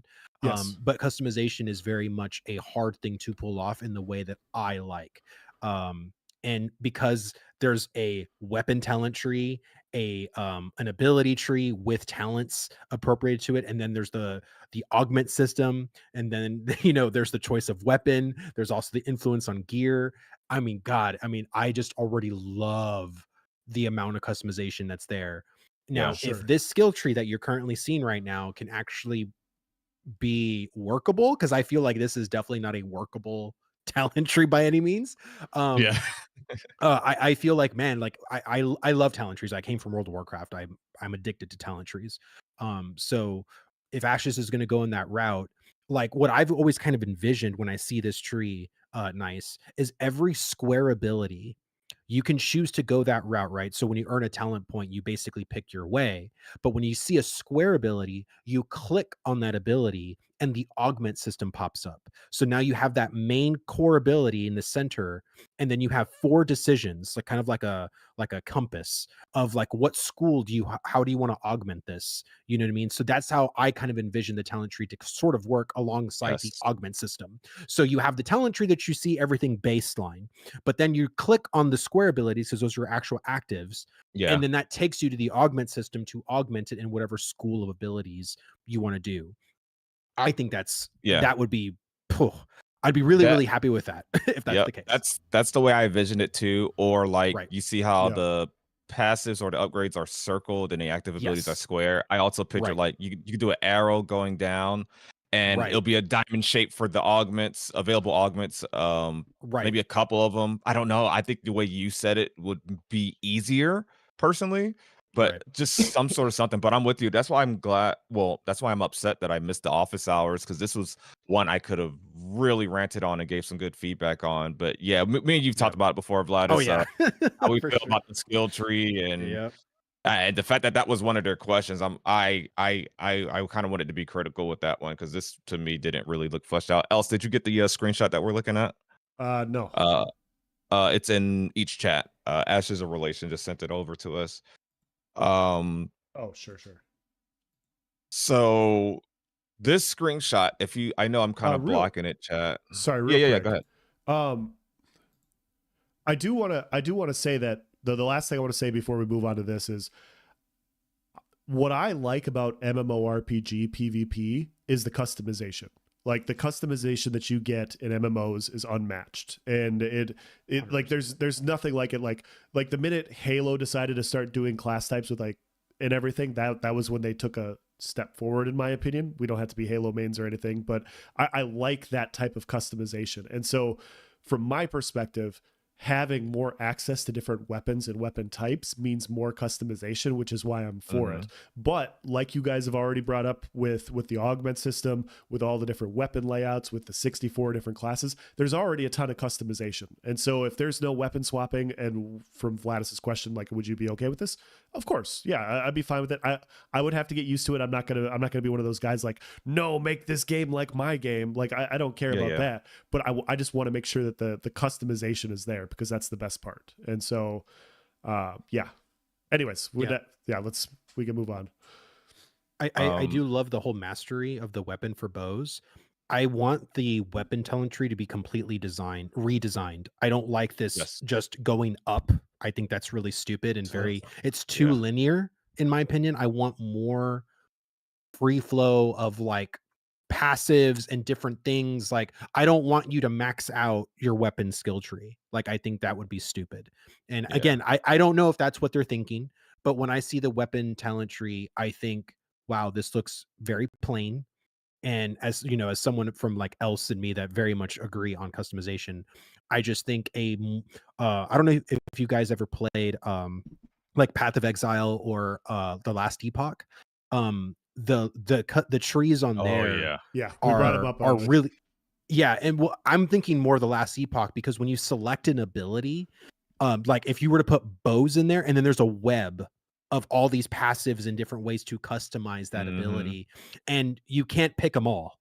Like, you either have to choose a certain route to go into, and there's also different capstones to have like different cool factors with that ability, right? And so but you can't choose all the cool factors. Like, there's going to be like on The Last Epoch, I think there's like 3 or 4, you know what I mean?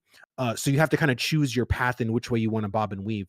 But I love that. I love looking at a tree and being like, oh, like, what do I like? Like, what stands out to me? Like, what would be really good in this situation, that situation? I love that. But having anything that is linear, I have always hated it. I've never found it to be interesting from a customizable point of view. Big feedback. Like, I hate this linear like and you guys know us all here. We freaking love Ashes of Creation. Like, there's not too many things like after a showcase that we come back here and like, well, they couldn't know. But this was one of those things I was able to actually like provide valid criticism for. This skill tree does not look well done. It doesn't look like too much choice and sacrifice. And the weapon passive, that whole thing, like Vlad said, it's way too linear. You just put a point in, and now you got all the points. Like, that to me. And I don't know if they're using the same points that's allocated so that you got to choose between weapon passes and archetype stuff. I don't think so. But yeah, I'm just not impressed. And Vladis, if you've played Path of Exile, it'll be fun for you to know that Diablo 4, what do they call it? ARPGs or whatever? Yeah. Diablo 4 was my first one of those. And when I played that game, I'm like, oh my gosh, look at all this build customization, look at the trees and all this other stuff. Not ever looking at Path of Exile that really does it right. Like, that does it even better and does it right. So when I got on Diablo 4, I'm like, man, I could see me playing this, because like that's what I do on my channel. PvP, theory crafting. I love it. I love finding something off meta, something unique, and using it effectively. And then, of course, that allure wore off with Diablo 4, of course. But then I started looking at Path of Exile. I haven't played it, but I started looking at the skill trees. I'm like, oh, that looks good. And we were talking about it one episode, man. Path of Exile 2. Oh, yeah. Man, it looks so good. Like, I was watching their little showcase thing, and it looks amazing. I was like, okay, that's what I'm talking about for theory crafting right there. Yep. Well, and again, I don't want, because I don't want anything that extensive. No.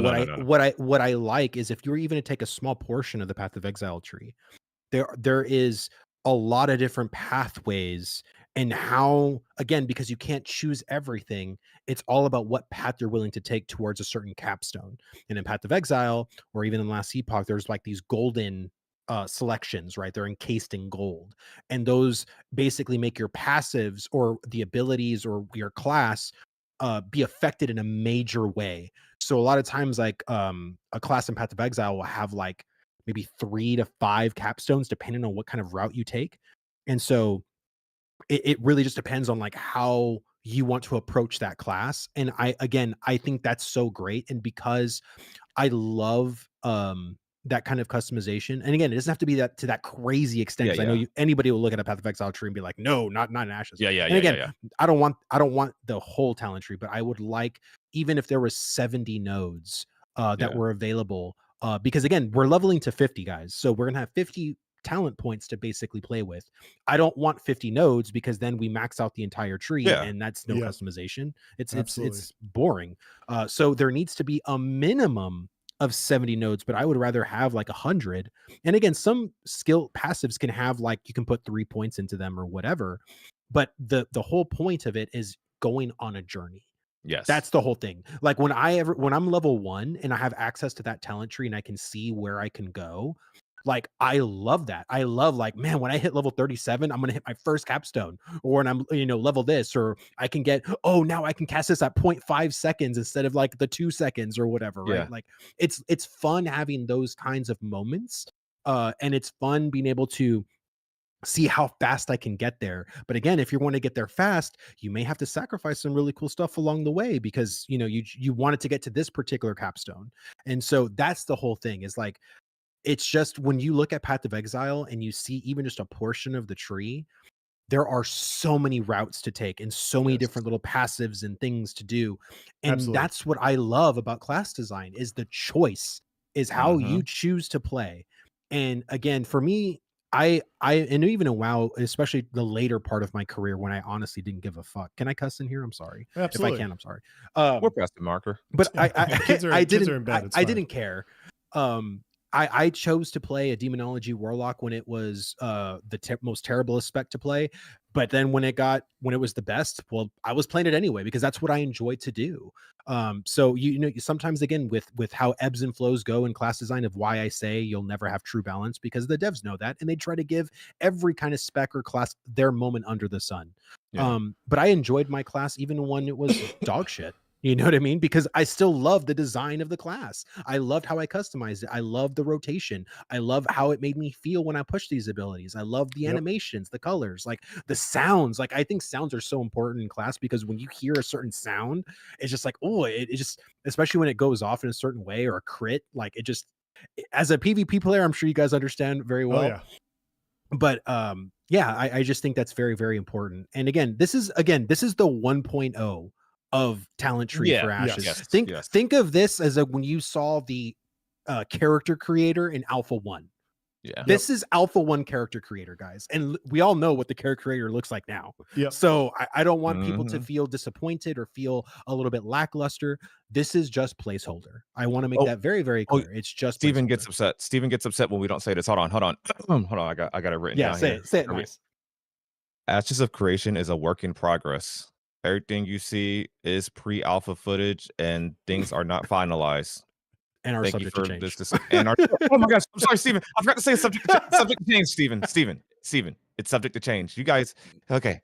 Whew, got that legal disclaimer out there. Yeah, good job. Right. No, I completely agree with you. And like when I put myself as a player playing a class in an MMO and I'm playing with other people, one of the main things I really like when a class is done well is when I have utility options. Like there was a point in time where Necromancer had a ton of utility, and it didn't make it more powerful linearly, but I had so much versatility in a group-based situation to where I could basically, like, you could activate an ability that would give you more ultimate generation, so you could cast a more powerful ultimate. You also had the ability to put down a ground-based heal for all of your allies that would purge off negative effects, if I remember correctly. You also had a ground-based snare, the little pedo hands. Nice. If we could swear, I could say pedo hands. So they reach up from the ground and like they grab your feet and stuff. They're just the weirdest looking animation. But the point is it was so cool because it was like, okay, what type of people are we running across? Because you're going to run across different types of groups, different types of group comps. What can I do to counter these groups? Because sometimes you'd want to run snares. Well, what if it's a fully grouped comp when they have all snare muted? They got the magic twinkle toe shoes, and you can't snare them or root them. Well, you got to adjust. And so if you have a bunch of horizontal based abilities to where it's like passively you root somebody or you snare them or you give movement speed if you hit somebody in an area, like those sorts of things, it's like you now can pick and choose, like, okay, what group am I running with? What types of bonuses can I potentially buff them with, or like how can I have utility in my group to where I can benefit the group? And having those types of trees, like you're saying, to where you can branch out and choose different things is really nice, because then it changes how groups are functioned and how groups will be formed, and it makes it more replayable, and more replayability is very, very important. So what you just mentioned about the necromancer, I feel like that's going to be the bard in Ashes of Creation. Yeah. Like people that really love utility based classes, the bard is going, man, I just have such a good feeling about the bard. And this is coming from someone who has never played a utility class, but I've seen them in like older MMOs, like in Dark Age of Camelot, Lord of the Rings, like bards, or even old school Final Fantasy 14, because Final Fantasy 14's bard used to be the utility person, but now it's just another DPS. They've homogenized even Final Fantasy 14 to where that's too bad. Yeah, it's everything's just DPS at this point. But man, those classes, they excel so much because of how much they influence groups. Yes. You know, with the whole songs and buffing, proximity buffs, debuffs for enemies, being able to like remove traps from the whole group. Like if everyone's CC'd, the bard can just boom, undo it. You know, it's such a powerful class, but they usually are very like, they're never good in DPS. Like they're always like, you know, either mid or like low mid, because of how powerful their utility is. Like, and even with their DPS being as low as it usually is, they're always needed in groups. And because if you were to account for all of the buffs that they give everybody else and take that portion of everyone else's damage and add it to the bard, they are usually the best DPS in the whole raid. Usually, if they're a good bard. So it's, and that's why I'm really, really excited about the bard class, because we haven't really, you look at every, like the top 5 MMOs that are out right now, there's no support bard. Classes. There's no real support classes. World of Warcraft came out with the augmentation evoker, which, you know, it's still hard to say if that's really a DPS class or if that's a support class, but right now it's considered to be a support class.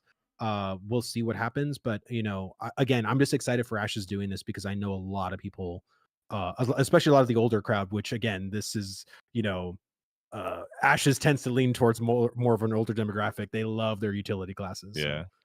Ashes of Relation says, I saw a really good video on bards recently. Can't remember who made it. Before we get off subject again, because I've had this screenshot up for half an hour, and I forgot the original reason that I brought it up. Oh, oh no, it's not you. We were just bard tangents. Yeah, we almost went into bard rant. And it was like, hold on, before we go into bards.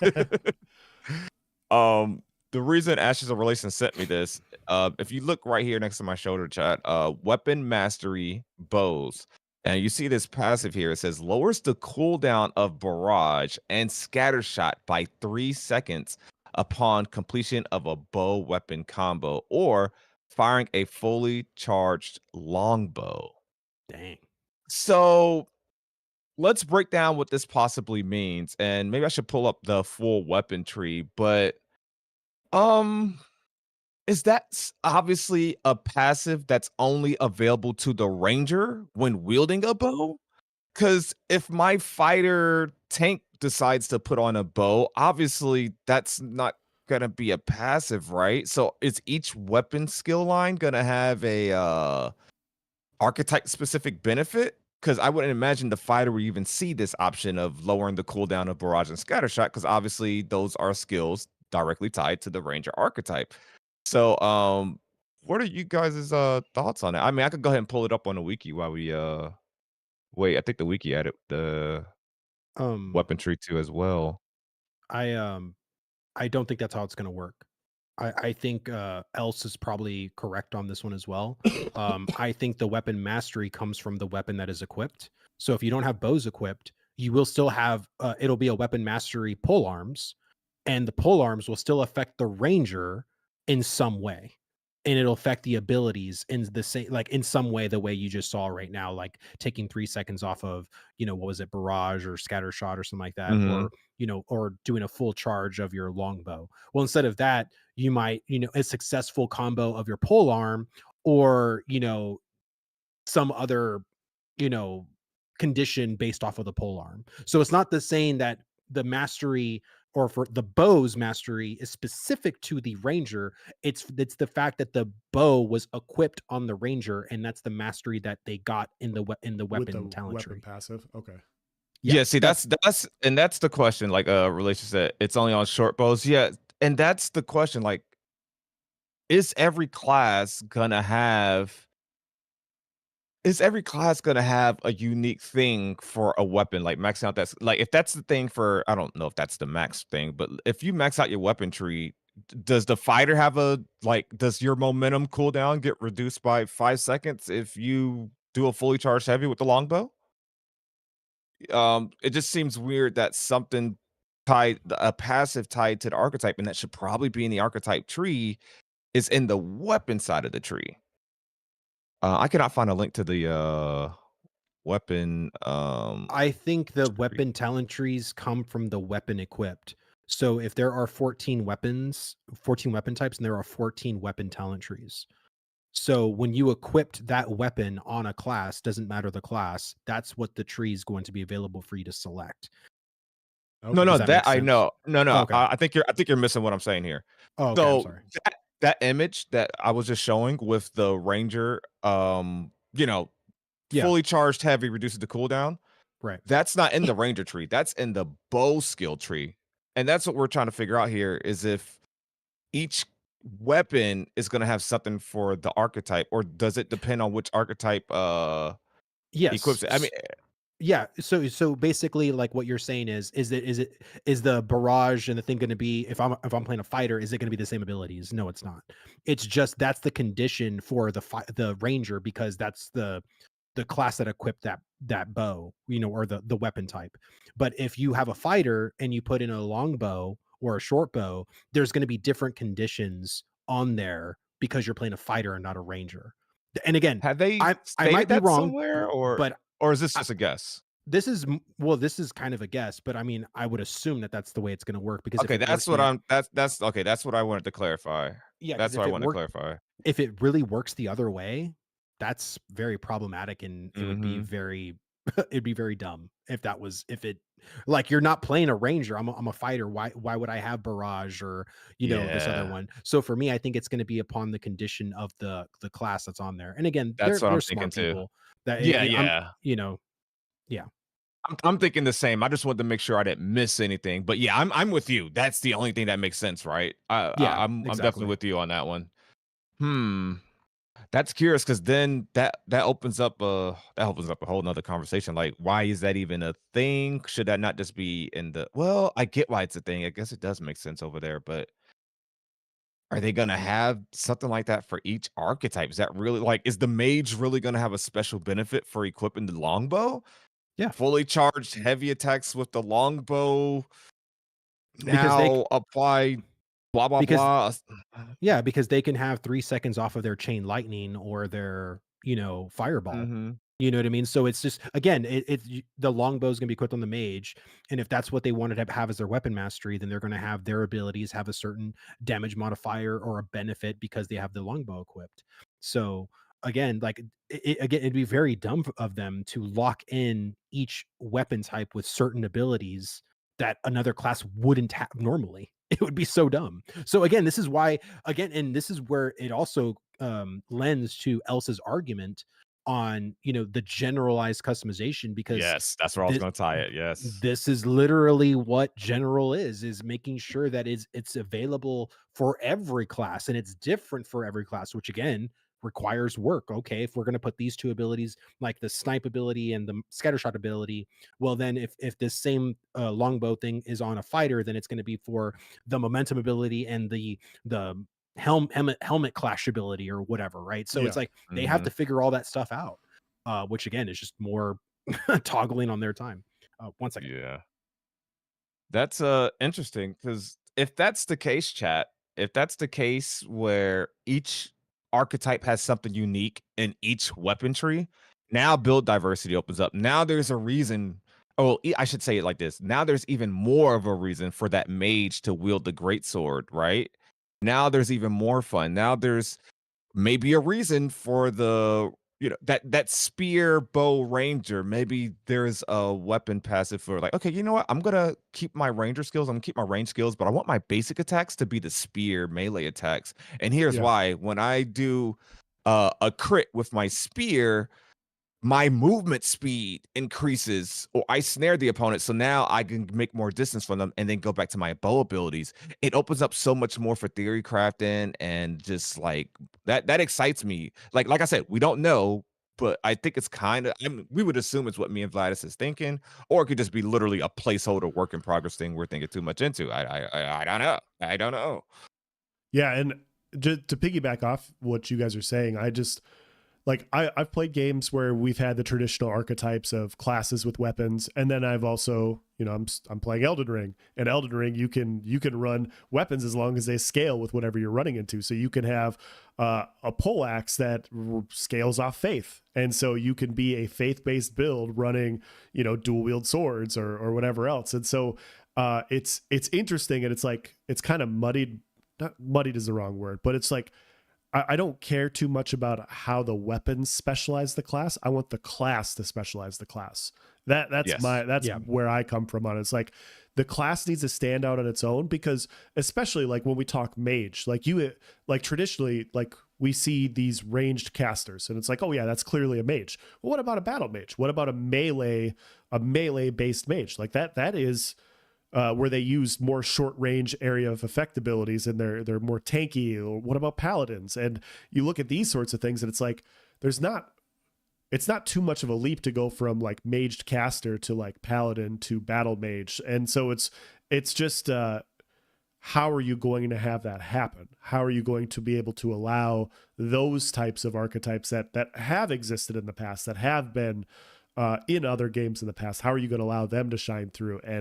And yeah, if what they're doing is what you guys think it is, I think they're on the right path, and I hope so. And it's exciting. It's exciting. So Yeah. And they're here on. Let me look at the class tree again. Yeah, it's Mm, boring. It's totally yeah. it's totally what I thought it was going to be, just boring. I can't find this where what was highlighted on that screenshot that Ashes of Relations sent me, but so I got the else I just put the link if you want to pull it up for your stream. I'll put the link inside of our chat. sure. But I have an interactive weapon skill tree here. I use the term interactive loosely, but you can hover over and choose which thing. It'll show each thing. I don't see that on this one, so I think that one might have just been something they had floating out somewhere. But man, wouldn't it be cool? But I'm looking for things that are archetype specific with the bow, and I'm not seeing it on this tree, chat. You guys see me hovering over each? Yeah. I'm not seeing stuff like that. So, take it with a grain of salt, but I still think it's a great conversation or debate to be had. So if we look right here, I'll start from this is the most interesting tree. The rest of these are just attack speed, which they need to make each of these 1%. Because 2, 4, 6, 8, yeah, it's adding up pretty quick. This whole tree is 1% crit chance. But here, let's look at the short bow. Short bow hit 5, unlocked, increased damage. Short bow hit +5, unlocked, increased damage. Triggers opportune timing, increases the crit hit chance by 10% for 3 seconds. So this is all happens on the 5th hit of your basic attack combo. Then you get the 6th hit in the basic attack string. And then this one, after you get that 6th hit, which has increased damage, when a target is hit by a projectile fired by you, fire an additional projectile at that target. You know what's funny about this? They don't say that it has to be a bow specific projectile. Well, I guess it has to. Yeah, because it happens on short bow hit 6. But yeah, so from what I'm seeing here, chat, I'm not seeing nothing with and here we'll pull back up the screenshot, but you see the screenshot, right?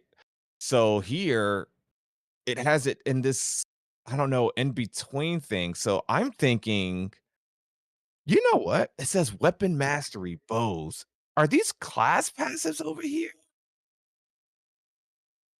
That is weird. It's hard to, like I said, chat, this is all stuff we don't have our hands on, but I I'm don't think pretty this is the sure. weapon tree. I don't think this is the weapon tree after all. So never mind. Disregard all that. I don't think this is the weapon tree. This is like this is something definitely on the archetype side because you see the class tab is highlighted over here, right? This Ashes isn't of from the Relation says developer. they're short bow passives. Yeah, this isn't from the developer that made this codex. This is just a person, right? So maybe he only has it attached into the Ranger because it was on the Ranger live stream, and so he has weapon passives shown Ranger live stream. Because this is I'm just the looking at information given.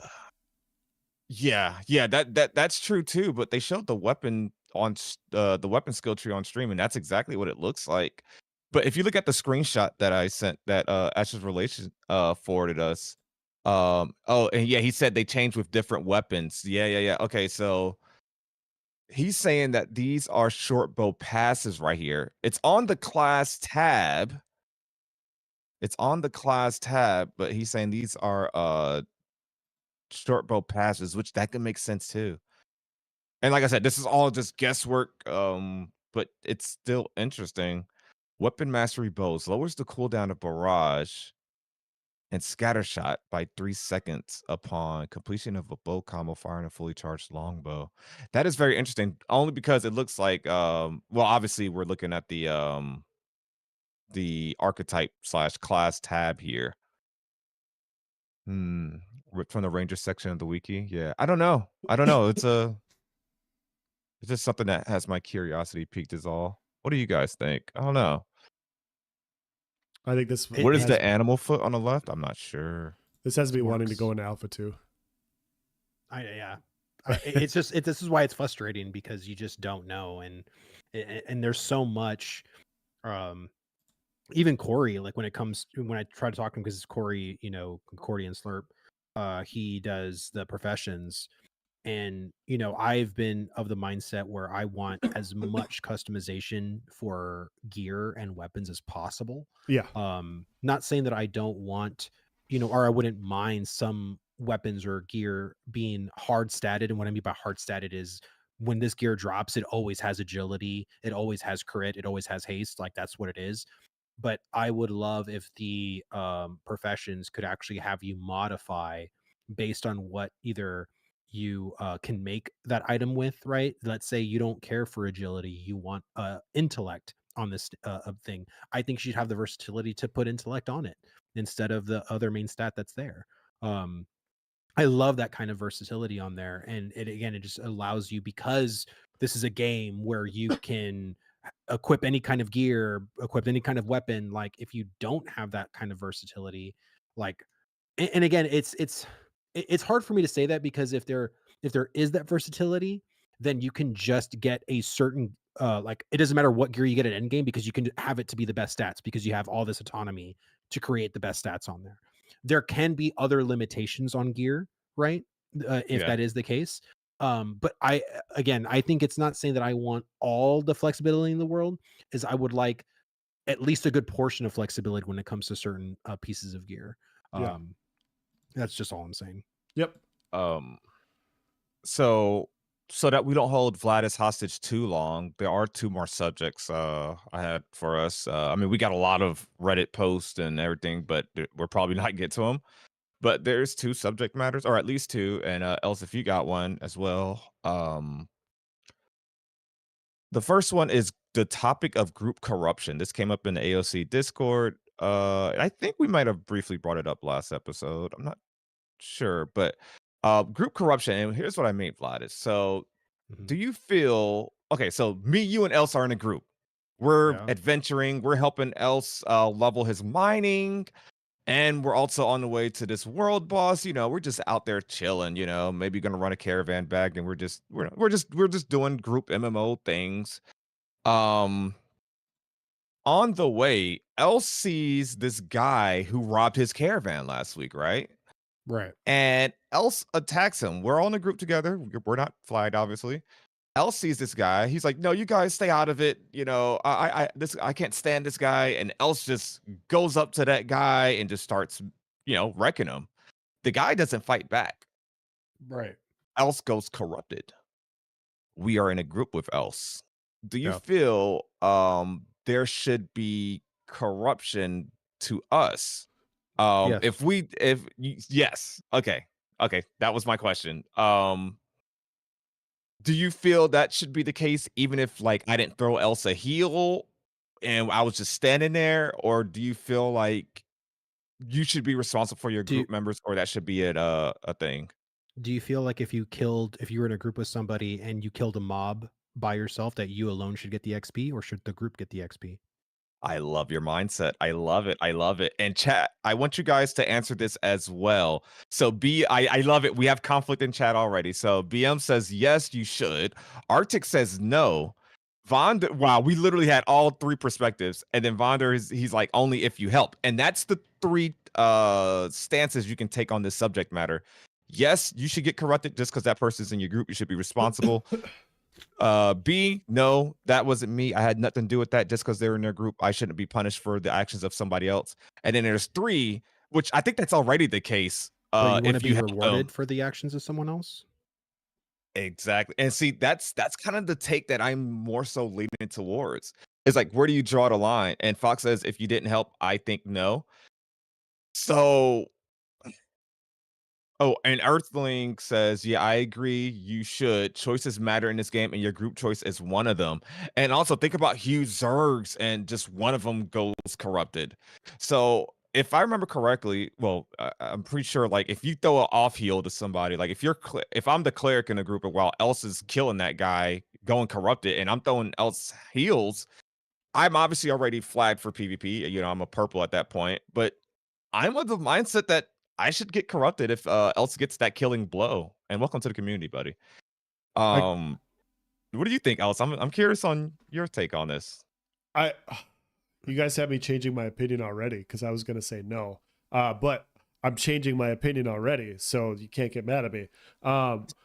Pockets over here said, I think it's risk reward. You get a reward for group play, and your risk comes from trusting the people you invite. It also causes more friction in the game. So my initial perspective was, unless you participate, like you shouldn't get corrupted. Like if like I have trigger happy friends in PvP games where they want to go kill stuff, and it's like, okay, if you want to go do that, go ahead, go kill stuff, do whatever. You inherit your own risk. I'm not helping, and I've had that happen a lot. Like in other games where they want to go and they're like, oh, I'm gonna go 1vx. Okay, I'm going over here. And then they go 1vx. It's like, hey man, I need your help. You're 1vxing, dude. Like you're 1vxing. You can't call in for help when you're trying to do the 1 and 1vx. And so that was my perspective. But the entire point is you get rewarded XP for being in a group. I see that as a very good point. And another thing, like when you look at how the corruption system functions, let's say we're all in a group, the same hypothetical example, and I start attacking the guy, and he doesn't fight back, and I go corrupted, and it's just me, right? Well, if he starts fighting back, and you guys don't want me to lose, like we know there's groups that are going to employ these tactics. They're going to let somebody else flag, and then as soon as the other person flags up, then they participate, because then they're like, hey, we've cheated the system. Now that you're participating in battle, now it's a 3v1. And so what started off as what you thought was a 1v1, it turns into a 3v1. If you're willing to take that and you're willing to do those sorts of things, maybe the group should get corruption regardless, because you're in the same group, and then you avoid that sort of shenanigans from happening where people are poking and prodding via the corruption system. So my stance on this is, if you're going to be rewarded, because again, this is the reason why I'm so excited about Ashes, is because Steven talked about group incentives for grouping with people. Like there's actually be experience bonuses for grouping with people. corruption, and this has always been a very contentious thing because there's some people who technically want to live a life of being corrupted. They want to be read all the time, and Yeah. this is, and again, I don't think that's going to be a play style that you're particularly going to like. And the reasoning why I want it to be group based is because then if you choose as a group to go and kill players, it is multiplicative in that group. Meaning, Ooh. if I kill 2 people, but then 7 of my other people killed 14 altogether, then we basically in essence killed 16 people. So I get 16 people's worth of corruption towards the entire group. And that's the whole thing, right? So even though I only killed 2 people, as a group we've killed 16. It's going to increase everyone's corruption, crazily. Sure. And that's the thing. Like, so corruption is meant to be nothing but a punishment. There is no incentive, there's no achievement, there's nothing. And Steven's talked about this many, many, many times. There's not going to be an incentive for you to kill people over and over repeatedly.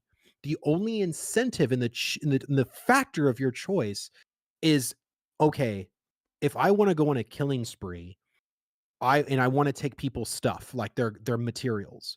Like, that's why you're choosing to be corrupted, Yes. because you're forcibly taking other people's materials. And you're going to take a lot of their materials, because if they're green, they're not fighting back. They lose a larger portion of the materials to you. So ipso facto, there should be a pretty good trade-off for you doing that repeatedly. And this is, again, it's meant to be a hindrance to you. It's meant to be something you're not supposed to do. Because again, murder in a game is bad. You're not supposed to be rewarded for it. You're not supposed to be incentivized by it. And I think groups, and this is what they're also trying to counter, is because if they want to be this guild to be read all the time, then there isn't an incentive for being grouped with people, which means people have to be individual.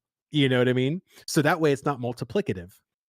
They can still be in a Discord, they can still do everything, but it's not going to be as organized as they would have liked it to in game. And that's, again, it's not supposed to be organized. We're not Steven in the Intrepid is not supposed to cater to your corrupted lifestyle. Again, it's all meant to be a stick and nothing more. Yep. So Okay. So a couple of things. So first off, I want to say and admit that when I originally brought up this topic, I was gonna be on the side of you shouldn't. And then I got to listen to Vladis, and I slowly just started changing my mind as he was talking. Because I think when I ain't gonna lie, I've been back and forth with this chat. When I first brought it up, I was like, oh, that shouldn't be a thing. And then I was like, oh, it should be a thing. And so I've kind of been going back and forth with this. To be quite honest, this is like the most loose stance I've had. But I got a little, I wouldn't say it's a super bombshell, but I got a little bombshell to drop in relation to this topic. First, so you catch up with the voices of Verra and what you guys were thinking about this. We read some already. Earthland said, yeah, I agree, you should get the group corruption. Choices matter in this game, and your group choice is one of them. BM had a great quote here.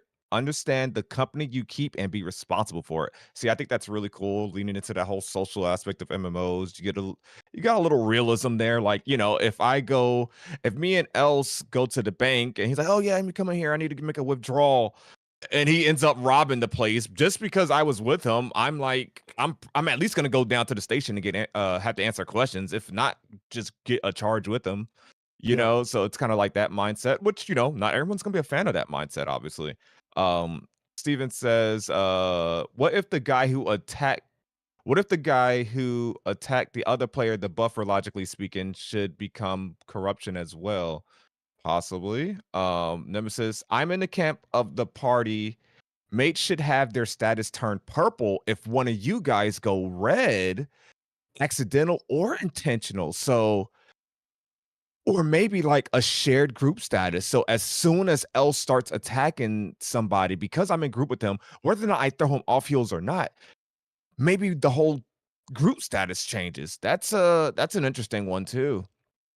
Arctic says, nah, that's like saying I'm in a group with Nice and I throw AoEs at a world boss and kill someone accidentally.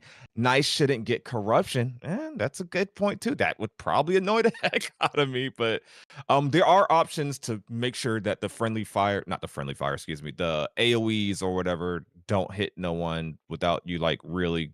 Try. Yeah, and Steam has that be talked your about that intent. already. That's not going to be an issue. Like they're designing around that. BM says too much risk of bait and switch if you don't get the same corruption. Yeah. Is your guild a group? I don't think it will apply to the guild if that's what you're asking. Or yeah, I'm not sure there, Vander. BM says, say someone jumps your corrupted group mate or jumps in to help the person he attacked. Then that defender is a combatant that your group can now jump scot-free. People will abuse the heck out of that. I'm liking this discussion. Okay. Arctic says you're basically suggesting it would be a game where everyone would be too scared to group and too scared to PvP. Sounds boring, to be honest. BM says, but you can bait and switch people who go to help the guy that your group mate attacked. I love this. What did I miss? Can you recap the last 1 hour and 40 minutes? Oh yeah, sure. Front to top. So okay, basically we start. No. Can I respond to what Arctic's saying? Yeah. So he for sure. he says you're basically suggesting it would be a game where everyone is too scared to group and too scared to PvP. Sounds boring, to be honest. No, actually, quite the opposite. That'll get people that don't intend to kill people in groups. And again, if you know, and again, if like let's say you want to go and kill people, but you're the only one in your group that thinks that, well, now you're a lone wolf. The other group of people's like, I don't want to be corrupted. We want to go do other shit. You know what I mean? Like that's the thing. But if you want to go and kill people, then you should be purple and go where other people are that are also purple and kill them. Because again, there's not really people that are green don't want to PvP. That's it. That's why they're green. They don't care for it. That's not what they want to do in that moment. If you see purple people that are purple, those people are opting in. They're saying, hey, I'm purple. I want to PvP. So if you're purple, I will fight if I see you or whatever. And boom, that's good to go. I don't like this argument of people saying, well, I can't jump people that don't want to PvP, even though I want to PvP. That sounds boring. I don't think that's the case at all. Like, and I think if and that's why I want it to affect the group. I think corruption needs to affect the group because then it allows not only the whole spy intrigue and just again, it accounts for group mistakes. It's like everything is supposed to be group focused in this game. If you were to take this aspect out of it because it impedes or it's punishing or whatever, just like anything else, it's like if you were running a dungeon and the same guy keeps body pulling mobs over and over, should you bring this person with you? Probably not, because he doesn't listen. You know, it's that kind of a thing. It's a group mindseted thing. It's not an individual thing. It's not supposed to be an individual thing. If you are in a group, it should affect a group. You are guilty by association. That's literally what it's supposed to be. I like that. It's an interesting conversation because I've been trying to figure out ways to circumvent the corruption system in my head. And I briefly mentioned it before, but I wanted to go a little bit further into detail because I think this group-based corruption helps prevent that from happening. So let's go through this hypothetical example. The three of us are out and we're trying to kill farmers, right? Bunch of people are farming. Like, so I got the lumberjack wood bags. Nice, you have the stone ones, and Vladis, I'm sorry, we're gonna have to do this to you. You got the flower bag, so you carry around the flowers. That's fine. I couldn't think of anything else. I couldn't think of anything else. Anyways, so we have these different bags to where we can collect different resources, and we're like, hey, there's a guy over here. He's all by himself. Let's try and steal his stuff because he's green and he's not going to fight back. We're going to get more. So one of us pokes at him. So I have the Vladis has the flower bag. Vladis pokes.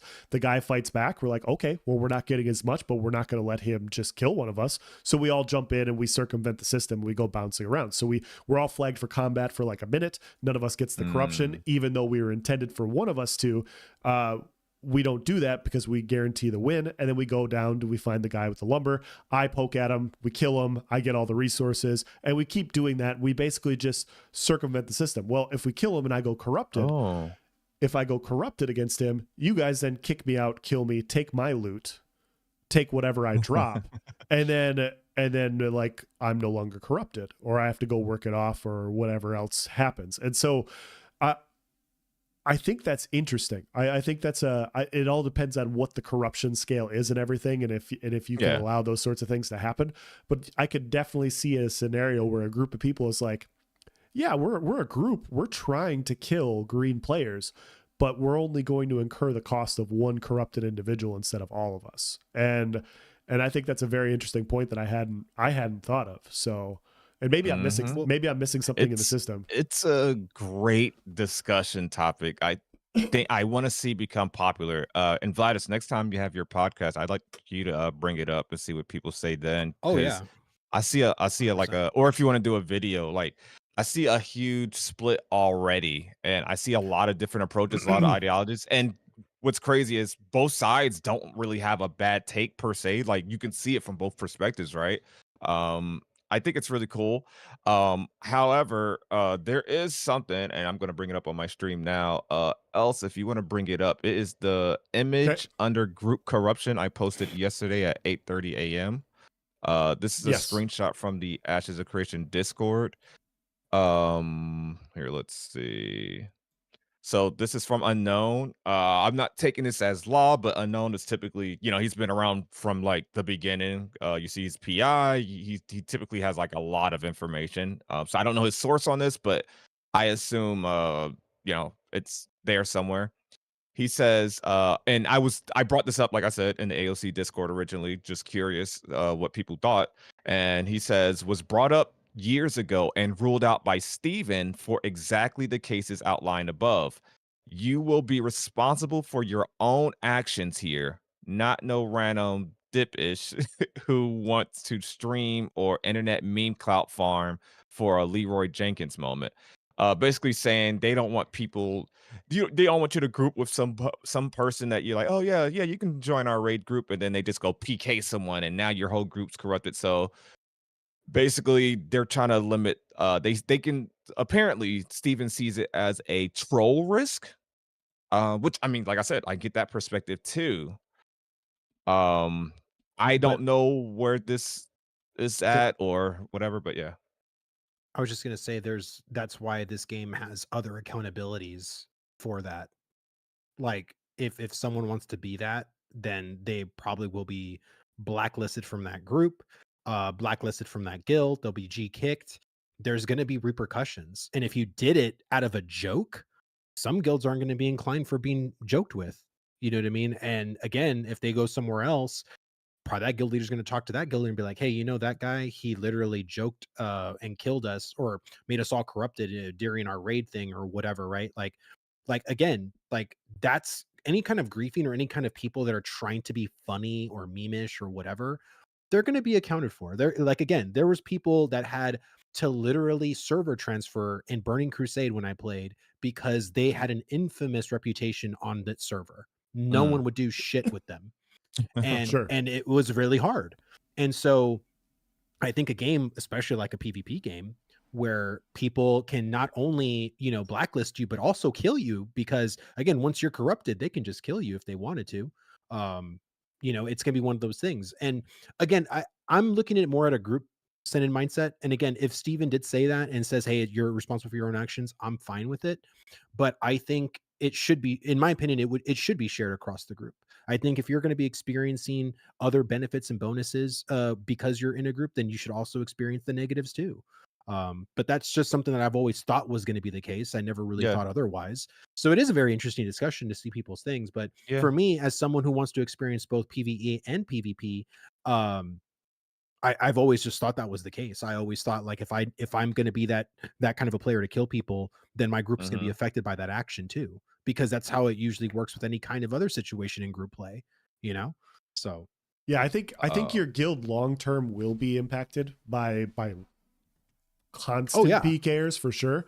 But yeah, I was just running through that scenario in my head and I was like, well, this actually kind of bypasses the system that how I know it. yeah, And yeah, you just want to make sure that like those types of things don't exist to where it's like, hey, we could kick him out of our party, and we could kill him, and then we could take his stuff, and then we can give it back to him because the gear is not bound. And yeah, you don't want those sorts of things to happen. And people take advantage of it via a group.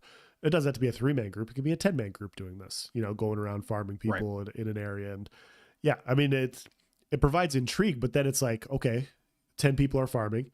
You send 20 people out to kill them, and then they sit there and they let you kill them, and then you guys all go corrupted. And yeah, it's just an interesting cat and mouse game, I guess. Yeah. Okay, I think that's one that I would like to get a lot more opinions from the community. Let me see. There is one more topic I wanted to discuss before we close this out. Okay. And that was on the it was something about someone made a post about Alpha 2 being a gank box or something to that extent. Let me see if I can find that specific link. Let's see. Oh, so not bards. Okay. Oh, you know what? We could this one would be really quick. Actually, yeah, I do want to end with some bard thoughts if you guys would like to as well. Oh, it's on the 12th at 8 a.m. Thank you. Gank until you drop. Yep, there it is. Perfect. All right, there it is. Here, let's get it so we can see it, chat. Where's it at? The 12th in our group chat. Okay, in the Discord. Yes. Okay. It was a while ago, not a while ago, but about a week ago when I posted this. So I can't remember. I just remember I wanted to talk about it. I do have an opinion about this. Nice if you want to talk about it. Yes. Let's have Else read this one. Okay. Gank until you drop. Alpha 2 PvP. A concern with the upcoming Alpha 2 test is the potential issue with rampant PvP. The mechanisms in the game that limit ganking and similar behaviors are almost meaningless in Alpha 2, where characters will be reset and are not expected to be permanent.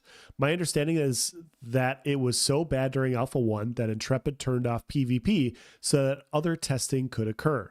This behavior by players is not unreasonable. In the search for gameplay information, players will want to take PvP to the limits to see how bad the effects are on their character. How many times can I gank this player until my character is unplayable? How long can I beat up and get loot from gatherers until it is not worth it? I wonder if Intrepid has something in mind to counteract this, or is it just turn off PvP at times? Yeah. Before we move forward, this is a Reddit post from user Crazy12, and this was posted 10 days ago in the Ashes of Creation Discord. And Arctic, and before you get at this, Vladis, Arctic said something. He said, hardly true about the Alpha 1 test. And that kind of correlates with this comment that has 34 upvotes from user Lude Lloyd. He says, Alpha 1 tester here. They turned off PvP in Alpha 1 during the first week because they weren't testing PvP mechanics. The second week they tested open world PvP mechanics, but it was also the same week New World came out and everyone started playing New World. It's not that it was bad, it's because they were testing other things. Weird narrative to spin. I want to add, when they want us to test corruption and XP debt, they will let the testers know and the testers will oblige. The castle sieges, dungeons, etc. is all filled with bugs during the alpha test, and Intrepid did a phenomenal job at responding to the bugs and worked tirelessly to fix them during the test. They are extremely receptive to feedback, and the community team does a wonderful job relaying that information to the devs. Well said. But yeah, now that we got that out the way and we got that his previous statement kind of debunked. What's your actually else here? Let's get your thoughts first as far as like, do you think Alpha 2 will be gank box? Just so I get mine out the way because I don't have like a super strong thing. I don't think it's gonna be that way.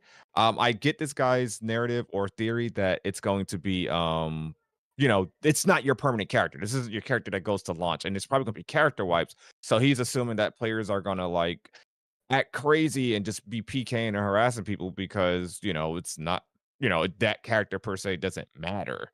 I don't foresee that being a thing, but just like he acknowledged, people will be just wanting to test the corruption system and ensure that it's working. So there is that. But yeah, I'm sorry. Go ahead, Elts. No, yeah, a lot of what you said I agree with. I will say I could see it a lot during the first couple of days of people testing the limits, and then once they figure it out, like people move on. I think one of the big things that Alpha 2 has going for it is the upfront cost of buying into Alpha 2.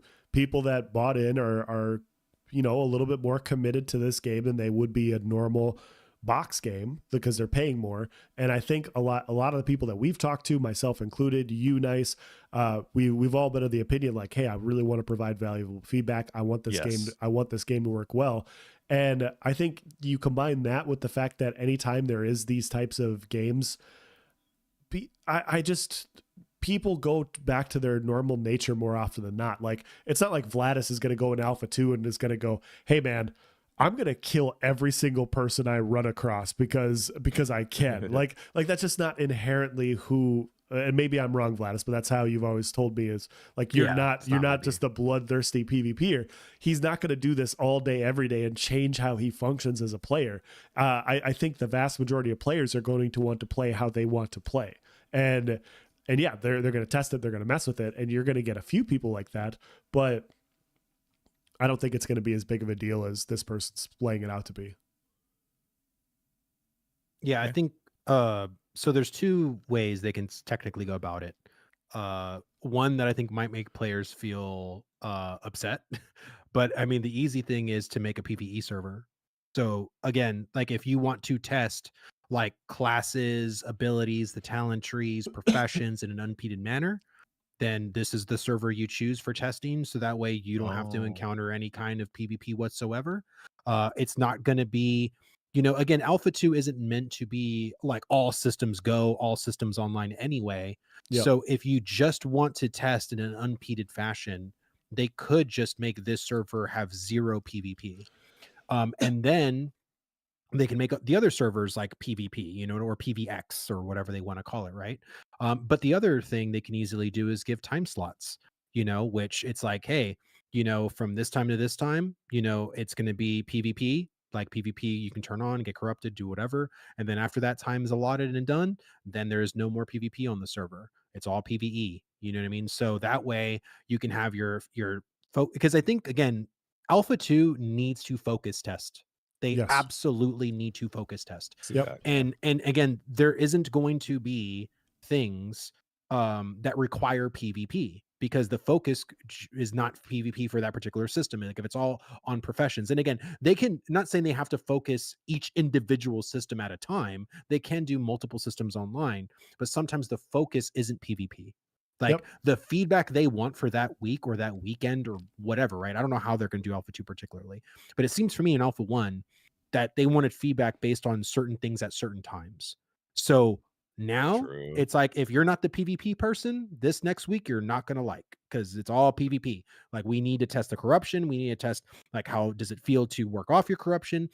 How does it feel to, do world bosses with people fighting you in PvP? Like everything PvP based, right? So again, it's all about what the focus is. And I think if Intrepid is very upfront about what they want to focus on, I don't really think the PvPers would mind if they say, oh, okay, we're not really focused on a PvP this time. We're going to do other things. That's fine, because ultimately people just want to test. Yeah. That's it.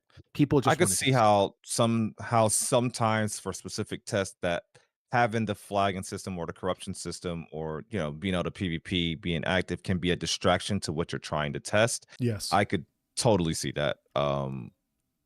Until they're ready to have every system online. Because obviously they're going to want the PvP on for a majority of it, because they're going to want to see all these systems working together and all that. But yeah, if there's something like they want to make sure players aren't just getting killed open world while they're testing gathering and freeholds, node construction, freehold, stuff like that. Yeah, then I could definitely see that as being a benefit, of course. Yeah. The other go ahead. The other thing off of that too is when you look at the Alpha 2, I think like Vladis said, they're going to have very focused specific tests. But on top of that, Steven's already come out and said like, hey, if we have people bypassing the corruption system, or they're doing things that are against our terms of service, which is abuse, if you're constantly killing the same few people in an area, wouldn't that still apply to Alpha 2 as well? Like, Like, and so lose your testing access. I could see people getting kicked off and temporarily suspended off of testing as well. And so I think just because the system isn't there in place, they are going to have GMs. They'll probably have active GMs in Alpha 2. And if people are constantly doing this and like interrupting testing to a severe degree, I think they're going to look at it. And I don't think it's going to be a big issue. So. Well, Arctic just had a funny comment I've got to read really quick. He said, "For this hour, all crime will be legal." Like the purge. Yeah, like the purge. Just had little purge announcements. Yeah. Oh, real quick, something I wanted to say. I think another good way to circumvent people just abusing the temporariness of their character, if that's a word, I don't know if it is, but I can't think of a word. One way to like avoid that happening with players is to not announce when you're doing character wipes. Just let people log in the next day, like, oh yeah, by the way, we're going to maintenance now. You'll have to make a new character, blah blah blah. That way, because I know if I'm, I've been testing for a week and I know this character's about to get wiped. I'm already level 17, and like, hey, this character's gonna die anyway. That's gonna be the perfect time for me to test corruption. Yep. So yeah. Well, I know Sawman was talking about, the core mechanics being so wrapped up in PVX, and I do agree with that. But you're not splitting the testers. There's literally over 100,000 people going to be testing Alpha 2. Like most MMOs test with far less. And that was a number we got last March, which I'm sure is not 100,000 anymore. It's probably closer to like 150 to even 200,000. So even if you had separate servers splitting you're going to get ample testing on PvP and PvE. But if I had my way personally, I would just focus the testing. That's it. Like focus the testing on certain systems. If PvP calls for it to be tested, then put PvP in, and people just have to suck it up. If PvE or PvP isn't so much the focus testing, like then just have it disabled. Have it just be like, hey, we're focusing on these core PvE things. We're focusing on node upgrades. We're focusing on vendors. We're focusing on professions. We're focusing on like all this PvE stuff. Then why does PvP need to be there? Yep. It's just going to be a hindrance on testing. And I think that's more what it needs to be like. It just needs to be focused. And as long as it's focused, I think people will be fine with it. Yeah. There could be some situations where not having PvP on is a detriment. Cause like, I think Sawman had a comment here. What was it? He said, if you take away the PvP for testing, who's to say the results you get will be valid? You are changing the player mentality. I speak about this a lot when I'm doing like, sorry if I'm out of breath, chat. I just chased my kids. But I think like I talk about this a lot when I'm doing build testing. Try to reduce the amount of variables in an equation when you're testing something. Absolutely. Like, if you're testing this, but you're like, oh, I want to try this weapon trait. Don't change your weapon trait and change your glyphs and change this and change your CP. Limit the amount of things. So I do get that point of view. I do think for some tests that's not really going to be too relevant. But yeah, I totally get that. Some things do need to be tested individually and without the distraction of PvP though. But yeah, I think that's a fair take that, we should probably just have the PvP on for some testing for sure. Yeah. I'm sorry, go ahead. Go ahead, Vlad. I was just gonna make a simple thing, like, as if the focus testing was on a certain world boss and PvP was enabled, and they're trying to specifically get feedback on like the world boss design, the abilities, and everything. But if no one can get past 80% because all people are doing is just trying to kill each other over this world boss, like that's problematic. You know what I mean? That's not the focus of that particular test or the weekend or whatever. And again, I'm not trying to eliminate PvP, but again, if PvP is the focus, if they're going to do caravan testing or if they're going to do castle siege, of course you're going to need PvP enabled. Like there's going to be things you're going to have PvP enabled. And then once they get all of the testing for the world boss, then they're gonna be like, okay, we got all your feedback for the world boss. Now we're gonna have PvP enabled. So that way try to kill the world boss with PvP and all the hectic stuff going on. You want to see how that system meshes with the other system. Yep. I completely agree. And I think what they're going to have happen, and what we said before, they will have GMs, and GMs will exist in Alpha 2, and there will be problematic people, like you said. It's interesting. when we had Ashes of Relation on our podcast, we were talking about how many people we think are ready for are going to be here for Alpha 2, and I was somewhere in the 2 range, like 175 2. He thinks 3. He thinks there could be as many as 300,000, and I can't necessarily disagree. I can't disagree with it. Like, it very well could be that many people, and so just by that many people, you're going to have people that are going to act out. I think you're going to see some suspensions handed out. I think you're going to see. That's where they're stress testing their GMs. Like, how many GMs do we need? How many GMs do we need to employ in order to deal with problematic individuals on a server? Because they will exist. And so, I do think that that's going to happen. PAX Day had a very limited alpha where they were just testing building. I think there will be times where we're going to have very strict testing, like, hey, we need this tested. And I think they're going to mitigate some other things around the sides occasionally.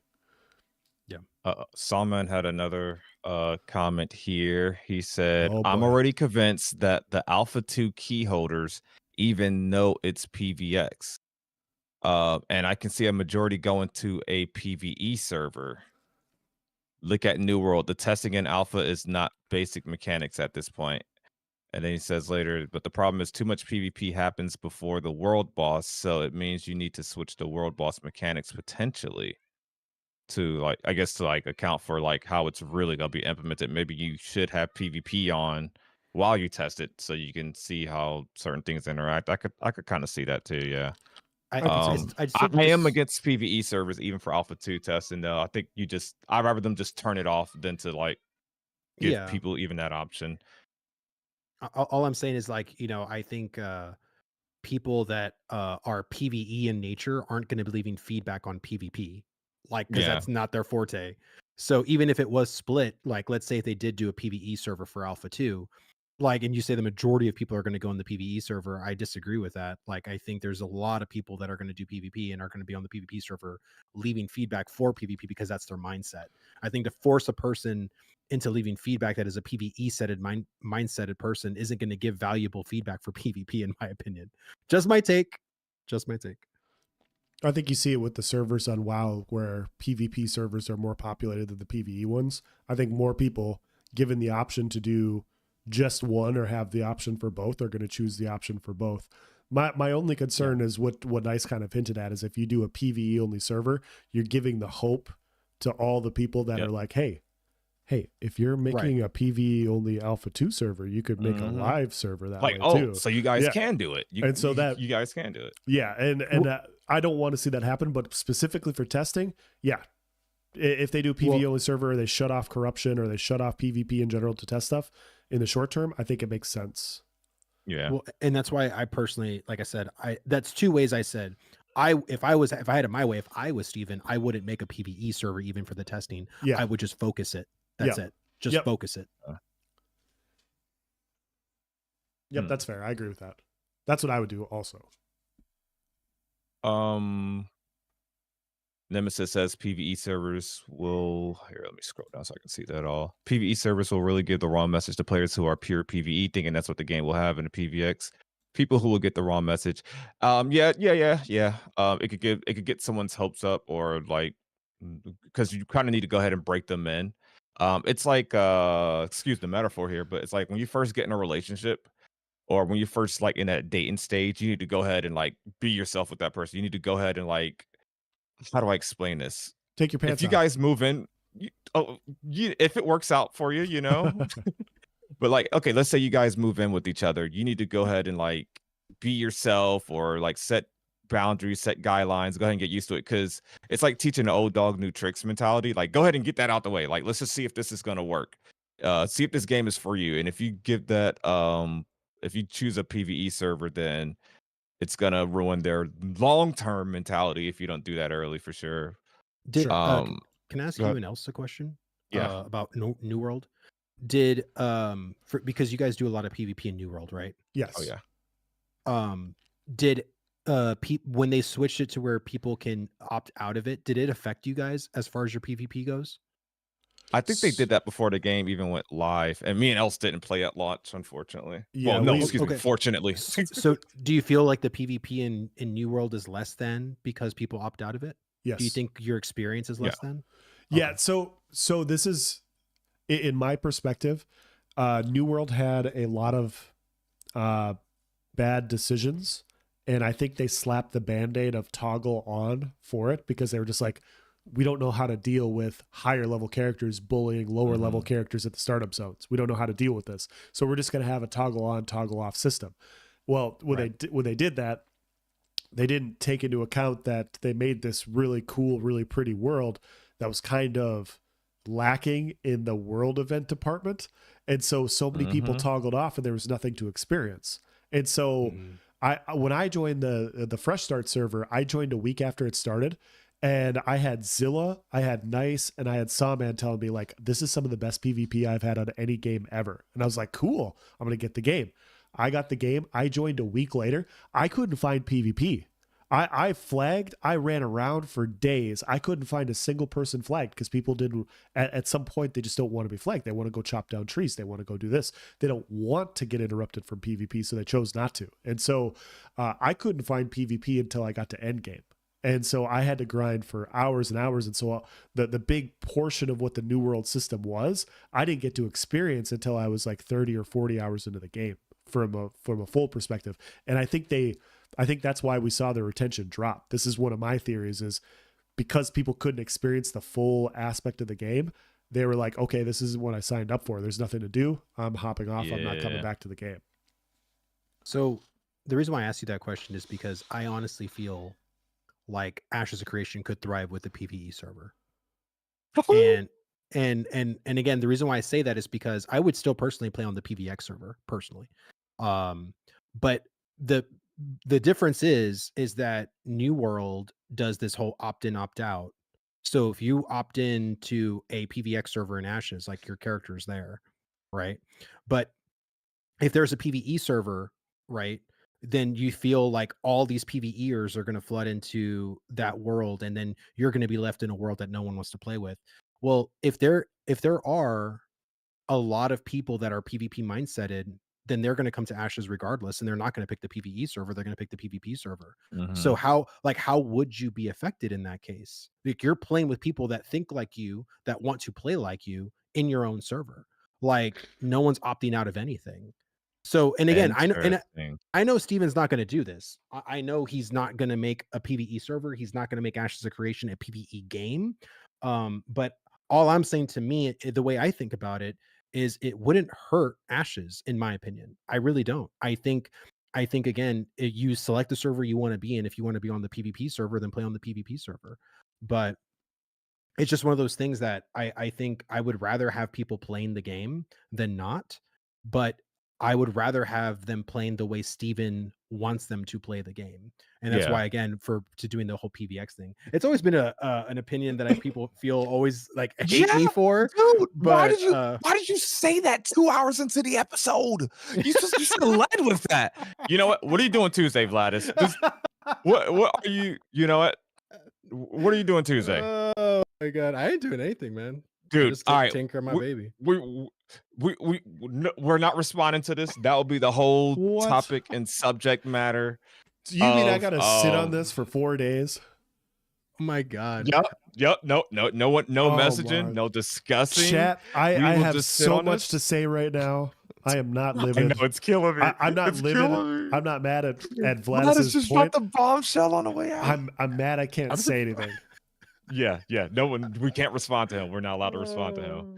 Oh, we're gonna hype this up like an event, like coming this Tuesday. Vladis Gaming.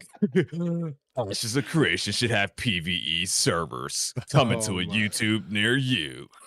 Vladis outs himself as a Care Bear. Yes, complete Care Bear. Love PvE. Oh my God. Oh, I love this. This is gonna be so good. All right, all right, chat.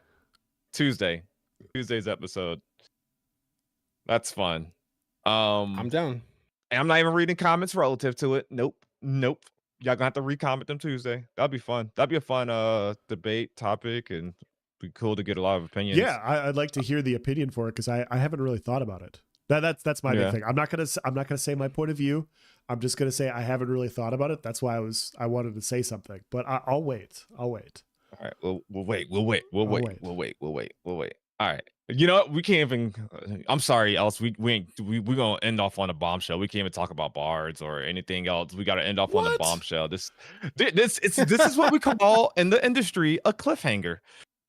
Do you see what he's Yes. doing to me, guys? Like he said, we're going to talk about bards, and I've been waiting patiently for bard talk, and I know Hey, if Vladis wants to talk about bards. I know he I does. do want to talk about bards.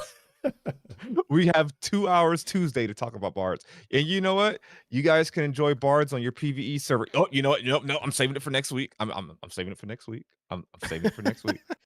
On my PVE server. What are you talking about? I don't know what your take is. That's true. But we're gonna go ahead and end it there, chat. Once again, this was fun. Especially the weapon conversation. As far as the weapon passes and tie into an archetype, I think we made a lot of good progress. That was, I don't know, that was a really good conversation because it Yeah, I really loved is it. the situation. Like, and I think we're all in agreement. It's really mostly, I mean, yes, the tank as well with the shield, of course, the shield offhand. But it's really just the ranger that debate is applicable to. It's just like it's the archetype most tied to a weapon, which is something. It's definitely an interesting thought. We had a lot of other good subjects as well, but before we continue forward and before we end this out, I just want to give a shout out to obvious Vlad is here. If you guys make sure you're following him on Twitch, he does a lot of I think you'd be doing some off schedule ones, don't you, Vlad? You'd be like, I feel like talking about ashes. Yeah, Like you'll just see a stream pop randomly. up. Really, always really good talks. I love hearing his takes in there. Really good in the community. He has this YouTube, which I tagged in the title, you guys. But also, he has a separate YouTube channel for his 1v1 podcast. Oh And yeah, I got to link that too. it's My bad. oh yeah. Oh, I gotta remember to actually here I can do that while I'm talking. Link that in my description.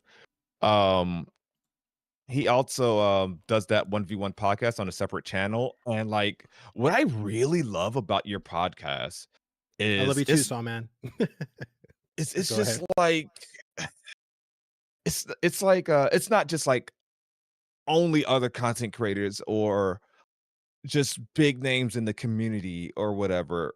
You like random person from this guild, this person from the forums that we see all the time. So we get to put a voice with the forum post, you know. Right. This person, that person is just I just think that's really cool. I think there was one you interviewed like a certain guild or a certain type of guild. What was Yes. it? Else, you know what episode? Yeah. Yeah, that might have been the one I'm talking about. Else Yeah, had that's LinkedIn. the- I was like, oh, that's pretty cool. It was super Yeah. cool. Yeah, I did. I've been doing a lot of guild leaders and trying to just get people that I've just talked to a lot of people that aren't in a guild right now. And there's so many Ashes guilds that are trying to get set up. And I Yeah. think some of them have some really cool concepts of like what their guild's going for. And hey, if you're guildless, like I try to promote these guilds that have these really cool things. Like there's Suspect, there's Novus Ordo, who's Lineker's the guild leader. You Yep. have Genesis, who Rive Genesis, he's a YouTuber. Mhm. And then you have the Revis Order, which they're very much like RP related and stuff.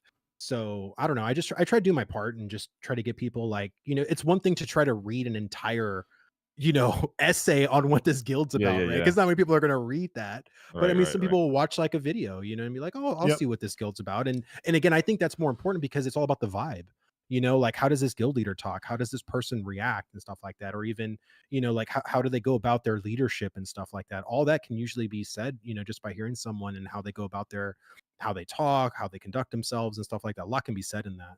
So that's why I try to do that. But I appreciate, I love you guys' podcast too, man. I love talking to you, Else. I love talking to you, Nice. It was great team up with you on the Minecraft event. I always bring that up because Yes. it was so stressful, but it was so much fun at the same time. So good. I appreciate all the shout out. Thank you. I Yes, will for say, sure.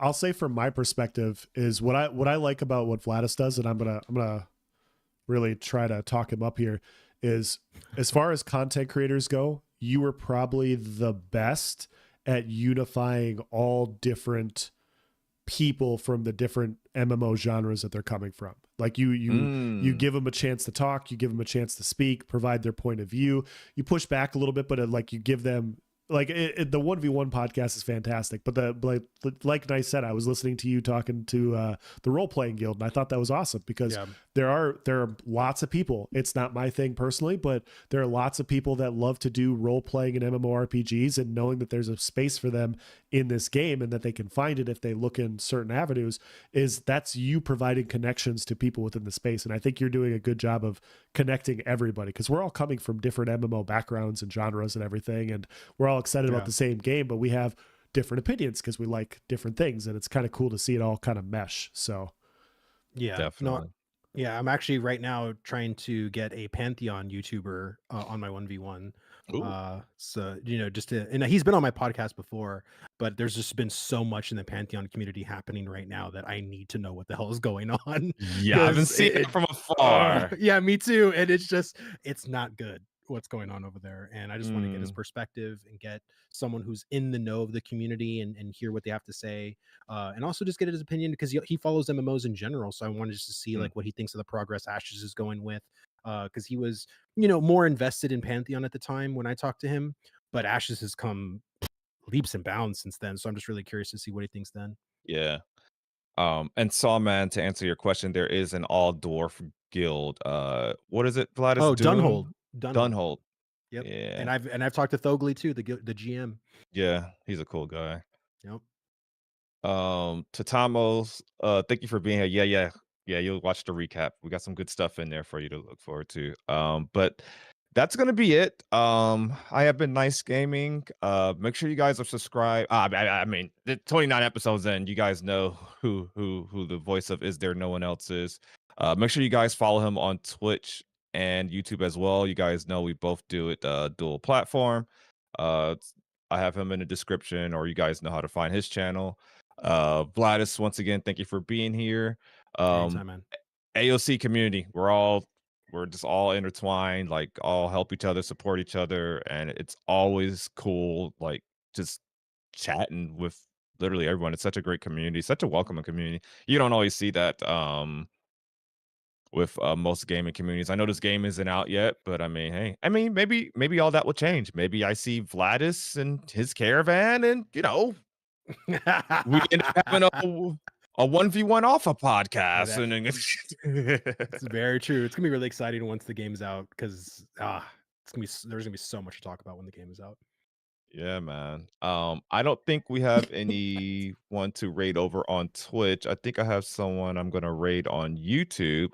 Our friend Illy is putting together his PC from scratch. I think he's still live, so it'll raid over to him if you guys want to watch that. He does Final Fantasy and did some some ESO as well. So for you guys that's on YouTube. But yeah, we're gonna call it there. And we'll continue the topic of PvE servers and Ashes on Tuesday. I had to mention that. This is not over. This is not over. Enjoy the cliffhanger. Oh, God. Now we can't. I never want to end an episode normally again. We got to always end with a cliffhanger, like normal series do. Sure. All right, you guys. Peace. See ya.